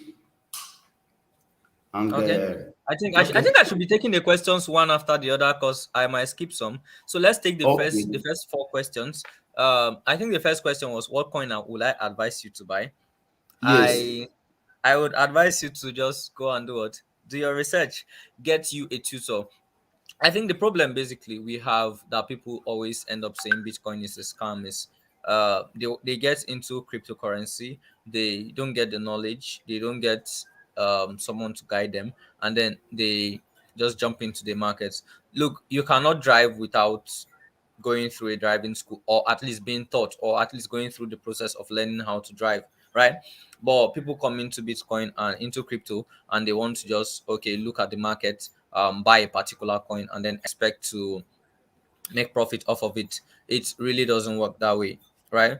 There is a whole lot of metric people put in place before they go for a certain crypto asset, right? Now cryptocurrency is money, right? But the good part is it has what a store value in the sense that you would buy a coin and over time prices would what surge up and you make a profit from selling that particular currency, right? That particular crypto that you own. Now if I would advise you to buy a coin, it would be wrong. It is against my work ethic. It's against what I do. It's against our ambassadorial program, right? We do not say okay, okay, go and buy this, go and buy that. No, if you want to get coins to buy, I always advise people because it is the truth. Pay for it. You pay someone who has been in the in the business. You don't just go to a university and come out and be like, yo, what's up, give me a certificate, and you get a certificate and walk out. No, you pay for the knowledge. So you should pay for you should pay for these things, right? Pay people who have spent time in the industry, who know their way around, right? Like I was giving someone an example. Take it that okay, for example, in Abuja you want to go to Maitama and you're just new to Abuja, then you enter through Maraba. You just are going to drive around the town maybe aimlessly for 3 days. Even if you're driving a G-Wagon or a Ferrari, you won't get to Maitama because not because you have a Ferrari doesn't mean you know the road to Maitama. Am I making sense? So you realize that it is the same case with crypto. Because you have money, because you have a certain capital, doesn't mean you can make a profit off of it, right? Of course, in rare cases, in cases where you have a bull market, you can just buy anything and make money. But then, is it all about making money? Money is addictive. The more you make, the more you want to make. Now, okay, even if you tell me, because I've heard a lot of people tell me that okay, no problem, I'll make money, I made some profit, I did this, so I've made it. Good. Okay, when you come back now, probably you make money during the bull season and then you run. You go and spend it, you build a house, maybe buy a car, do some stuff, and all of that. Right? Maybe sometimes the money you make is not even enough to get you more than a laptop and maybe an expensive phone or maybe a new rent and all. Then when you come back, you realize that that laptop you bought, you would sell it for a lesser amount. The phone you bought, you would sell it for a lesser amount. Why? You didn't get the knowledge. Now, what are you doing? You're giving back to the market what you made from the market, right? Now, the money you sold the laptop, this person has not yet gotten the knowledge. They go back and buy one coin because they feel like, and they've been watching one coin, the coin has been moving. The coin has been moving is not a signal for you to buy. Do you understand? Then they just buy. Next thing they come and they say, this coin, no. Okay, now see the case of someone asking about TBC, right? Next thing they're like, this coin I've held it for like 2 years, it has not moved. This one, that one, this one, that one. You didn't get the right knowledge, right? So I cannot tell you what to buy. What I will tell you to buy is the only coin I can advise you to buy is what? Knowledge. Buy knowledge. If you have 100,000 and your someone says, look, pay 50,000. I have this knowledge. I can give it to you. You're not paying that 50,000 for the knowledge they have because 50,000 is not enough to give you the knowledge they have. You're paying 50,000 for their commitment to you. You're buying their time. the little time they would have for you to teach you, to run you through the market, to be able to help you afford some some experience yourself, right? Of course, you're going to have to figure out your own trading uh, strategy, but then that guide is really, really important. It's important to have a guide in this space. I cannot emphasize that enough, right? Now, that is all I can advise you to buy, right? And the other person says, how does Bitcoin work? How does blockchain work? Yeah, I get questions like that a lot. People are like, okay, I don't know how. Okay, if I buy Bitcoin, how will I sell it? Of course you would sell it. That's where the whole idea of what liquidity comes in. What is liquidity? Liquidity is the ease at which what you buy and sell in a particular market, be it the financial market, be it food market, be it, so long as there's liquidity, you can easily what buy and sell. That is liquidity. So if I'm going online on an exchange to buy liquidity, say Binance, I go to Binance, I buy Bitcoin. There's a lot of liquidity. It's the number one exchange. It has the highest liquidity, right? The highest volume. Liquidity is simply the amount of a particular crypto in an exchange that could be exchanged between buyers and sellers, right? If I want to buy 50 BTC, I just go to Binance, either using one of my buy orders limit or stop limit or market order or anyone. I buy. Immediately it gets I swap my USDT, which I bought from a fellow, use via P2P. I swap my USDT for BTC. Shikena, I have BTC in my wallet. I want to sell. The same process. I click on the sell button, choose a sell order, stop limit order, or market order. I sell my BTC. Yes. And then immediately I get the USDT equivalent in my wallet. Now, people ask, how will I convert that USDT to money? That's the point where you need a guide, you need knowledge, right? Now, you go to P2P, there is a P2P platform on Binance where you can easily go and sell your USDT. No matter the amount of USDT you have, you can always sell it. Even if it's 200 million, there are people that have a trading volume of up to 200 million that are going to sell, are going to buy your USDT, right? So that is not the question. There is just get the knowledge. It is going to make sense, right? If you get it, but if you don't get the knowledge, it would never make sense to you. It would never make sense. Now, again, TBC. He said he has been holding TBC for a while. Now, crypto is not a Ponzi scheme. Crypto is um a venture where you have investors. They put in their money based on the use case of a particular crypto. And some cryptos, they are scam tokens. Now, why do I call them scam tokens? Because they come into the market promising to do this, promising to do that. Now, with all these promises, they get investors to what? Key into their promise, right? Now, investors put in their money. That's what moves market. Money moves market. Once there's a size, once there's an imbalance in price action, the market moves either way. If there is more buyers than sellers, the price moves up. If there is more sellers than buyers, prices go down, right? So you realize that imbalance in the movement, the market structure makes prices to move, right? Now, in some cases, you have coins like TBC, where investors have totally pulled out their money and prices have plummeted, and there is no money coming into the project. Why? People do not believe in the project. The team was unreliable.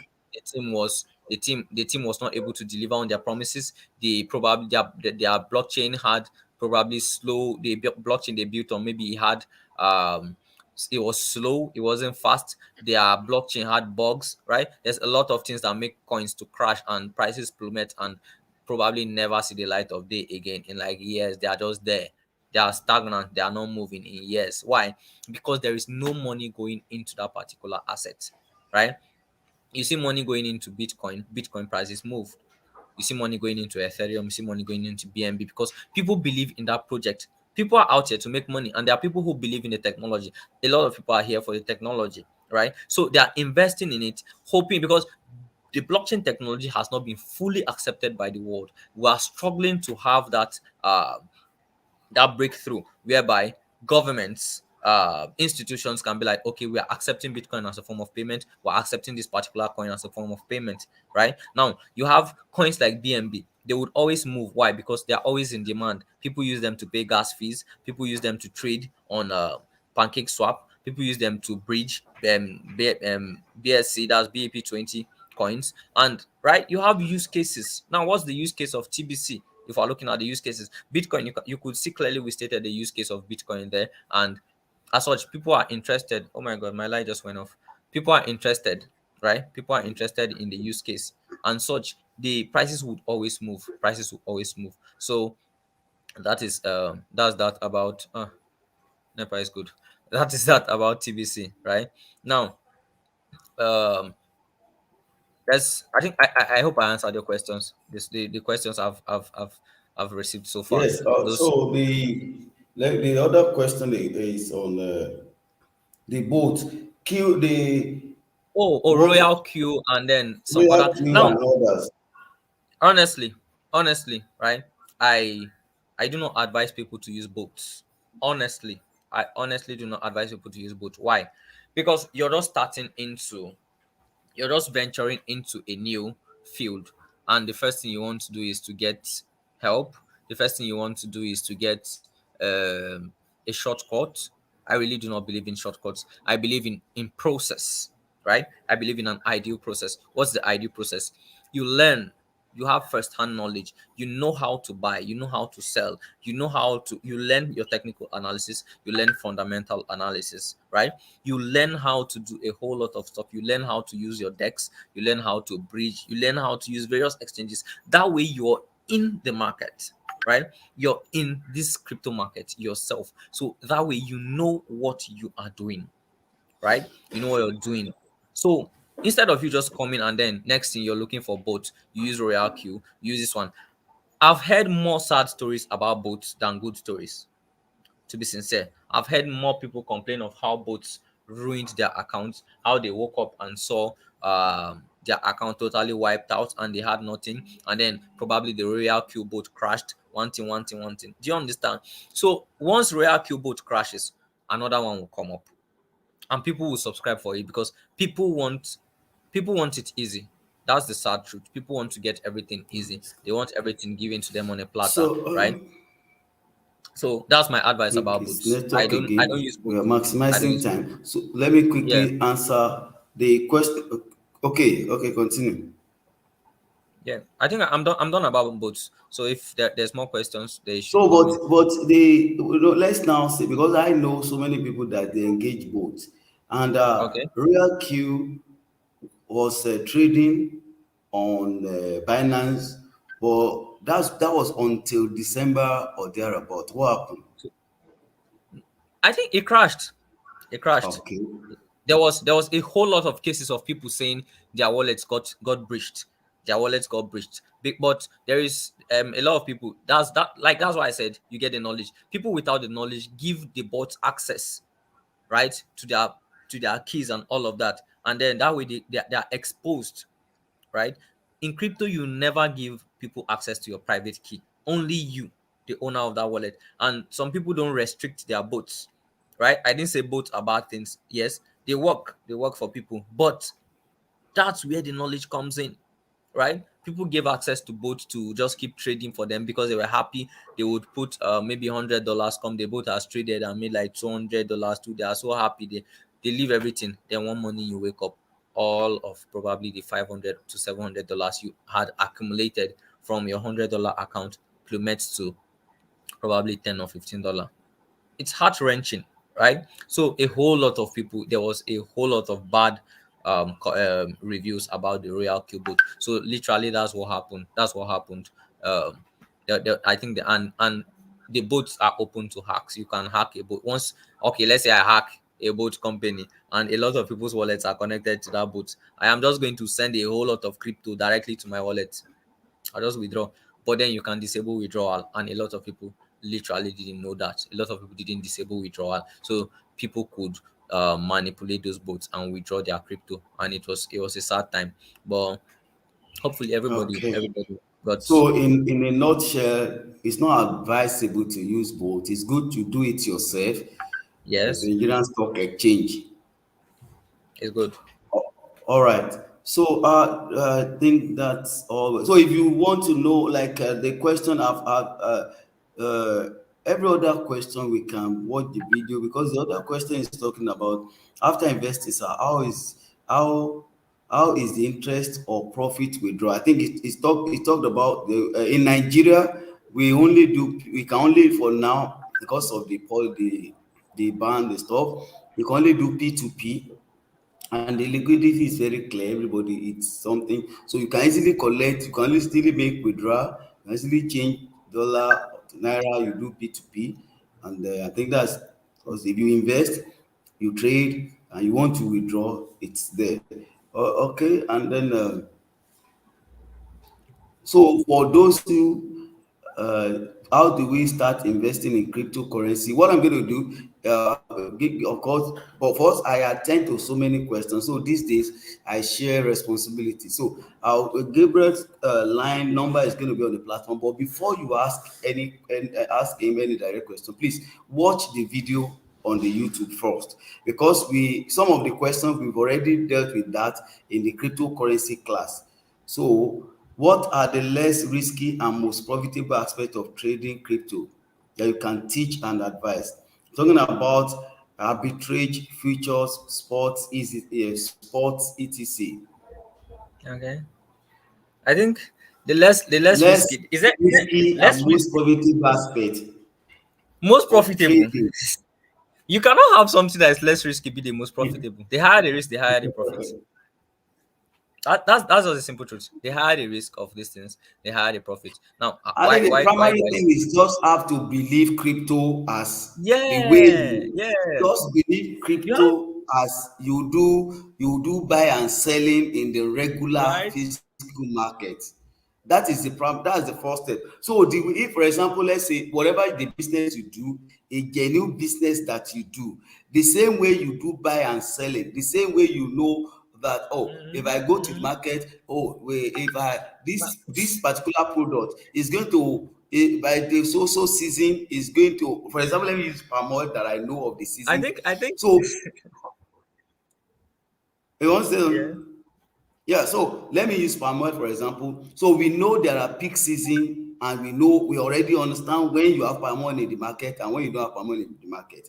Now, if you go to the market in the time that you know there's scarcity, and you buy palm oil, you are going to buy high, but you still have to be in business. So by those period you don't buy much, you just buy and sell, buy and sell. But when palm oil is in season, when it's available, you buy a lot. So it's just like that. It's just like, so crypto is not mmm. Crypto is a market. So it's about, so when you know one thing about crypto, like if crypto rise, crypto falls, you still have profit, because it's not going to, if there's a falling, and the falling is of regulation, not like when mmm, not that what happened to mmm, they are different ball game. So my advice is watch the video and then take crypto. If you are going to be crypto, now you doing other business, you can look at crypto as another source of income, another sort of business for yourself, and trade regularly, trade with wisdom. But there is, just know that there is nothing like there is nothing like my whole money. If you are trading direct yourself, there's nothing like everything. You can't go to zero. Just know that in crypto you cannot go to zero. It's a blockchain, it's a technology that is very clear and working. So Gabriel, Yeah.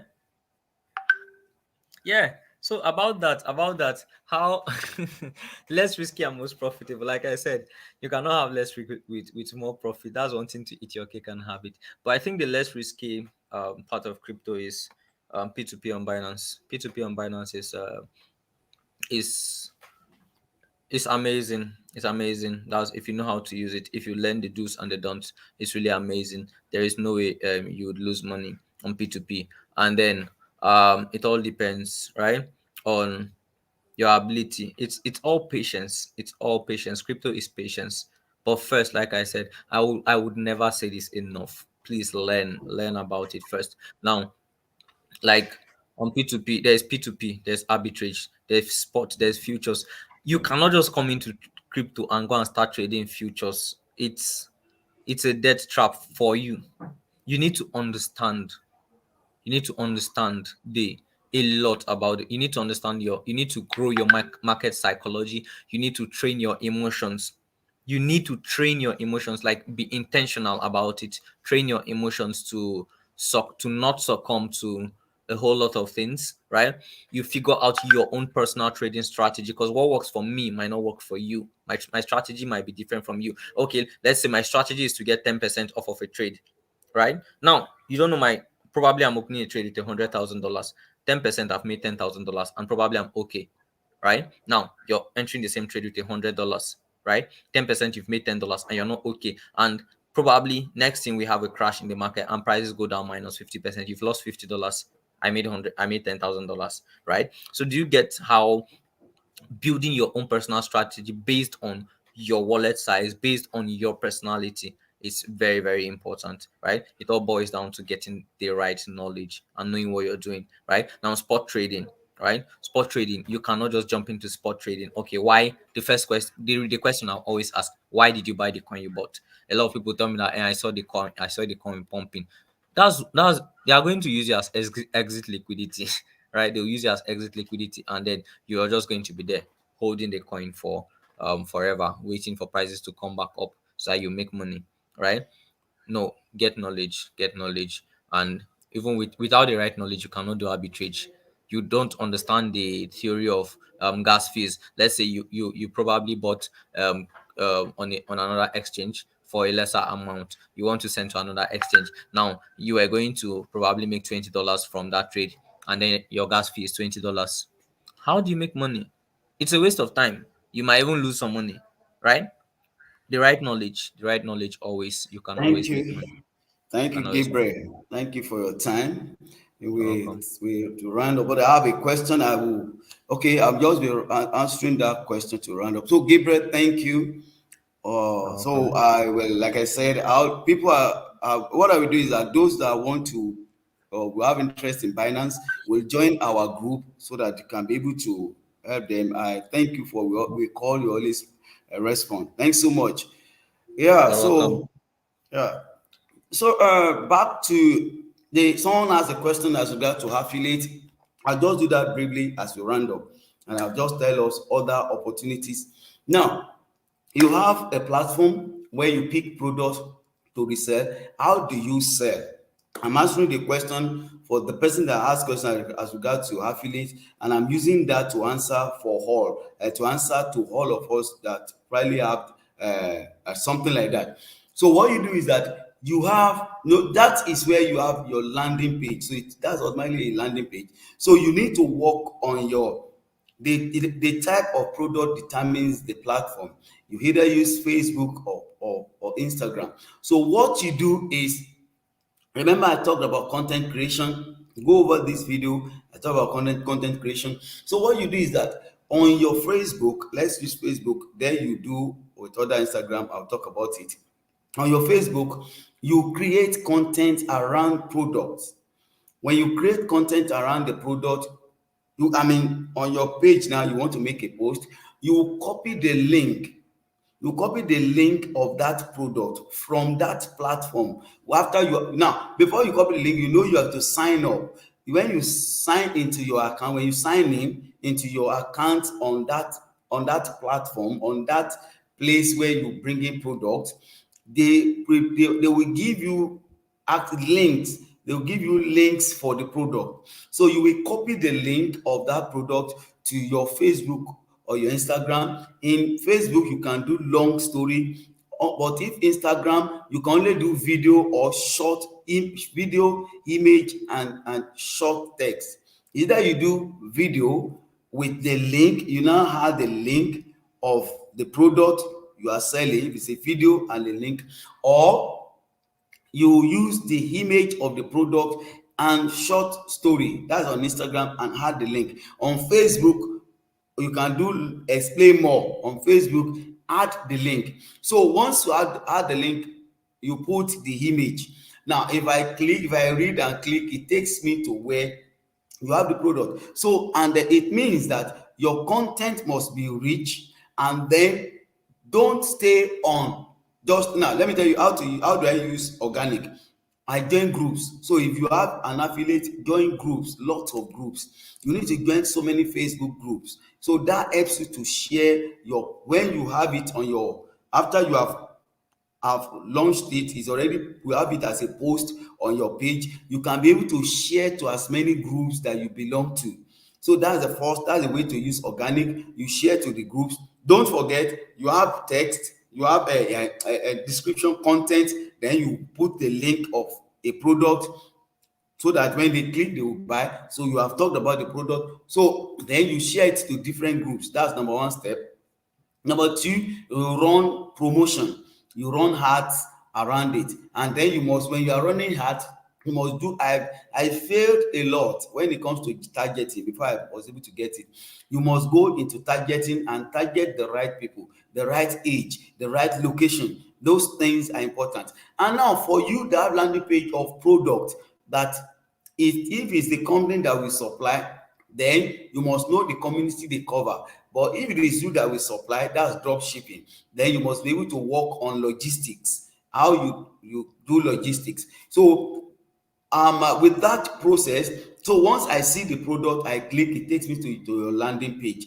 It's very simple. So what you do is that it means you will have to join so many groups, so that you don't have to be spending money on that. But again, like I said, sponsor is good. So spend money. For example, we have products that we promote. We have products that say we can put 1,000, 2,000, 10,000, 20,000, 50,000 to promote, and depending on the duration that you want the promotion to run. But that is the way to do your product. That's the way to sell. So once they sell, they give you your commission, your percentage, whatever they promise you.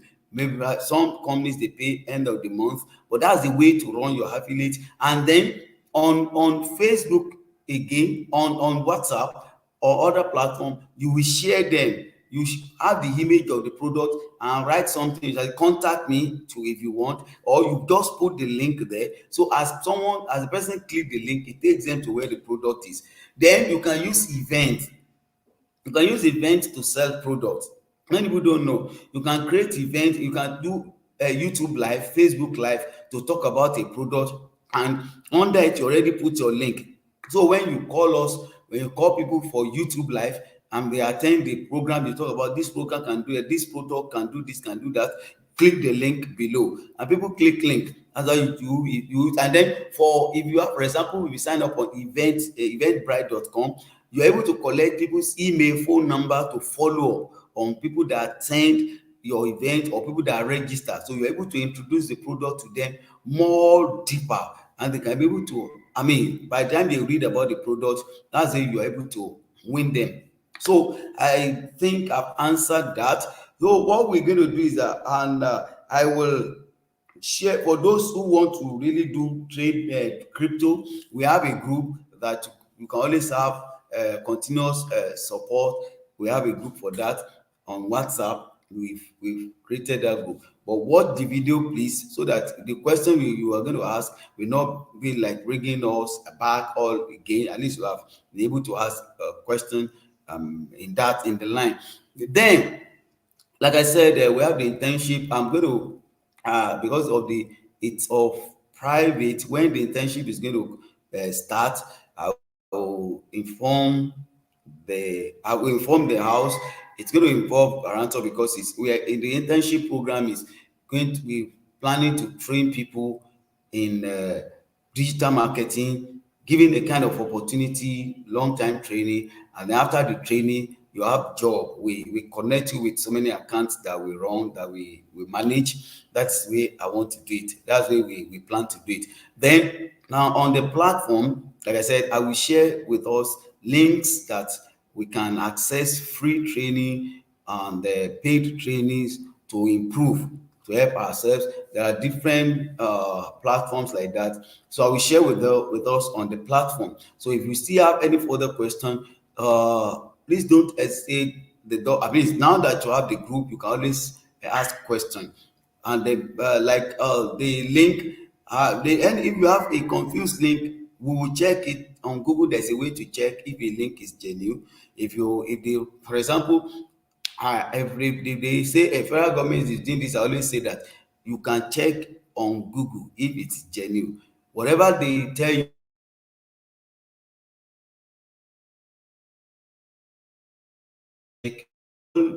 we'll get back to the WhatsApp. The conversation continues there. Thank you for your time, and thank you, Brother Joshua, for coordinating. And thanks so much to our daddy, Pastor Jila. Thank you so much. Thank you so much, sir, for hosting us. I really appreciate every one of you. But sincerely, please, let's do something. Digital has come to stay. The only way to go is to maximize digital. There's no going back on this.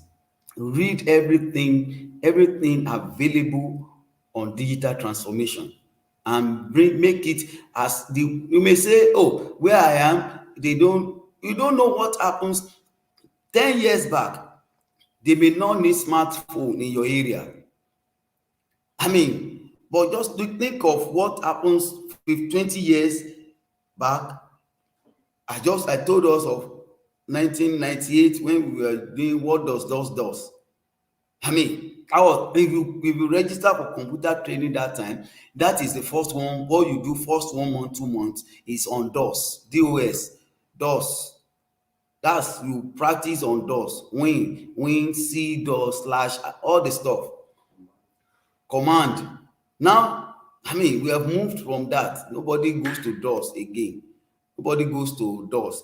So really want to really thank you all. So we have Ryan rounding up. Sir, over to you, sir. Please, I still encourage, get yourself equipped with digital. Learn more. I'm sharing the links with us. Maximize the links. Learn with the links. Do a lot with the links. Thanks so much. God bless you. All right, sir. Welcome, sir. Thank you very much, Pastor. We are very grateful. And my prayer is that the Lord will continue to bless you more and more for his glory in Jesus' name. Amen. And my people, well, all that we've learned, there's nothing that is useful about them until you put them to use. Yes. Everything is paper theory now until you practicalize them.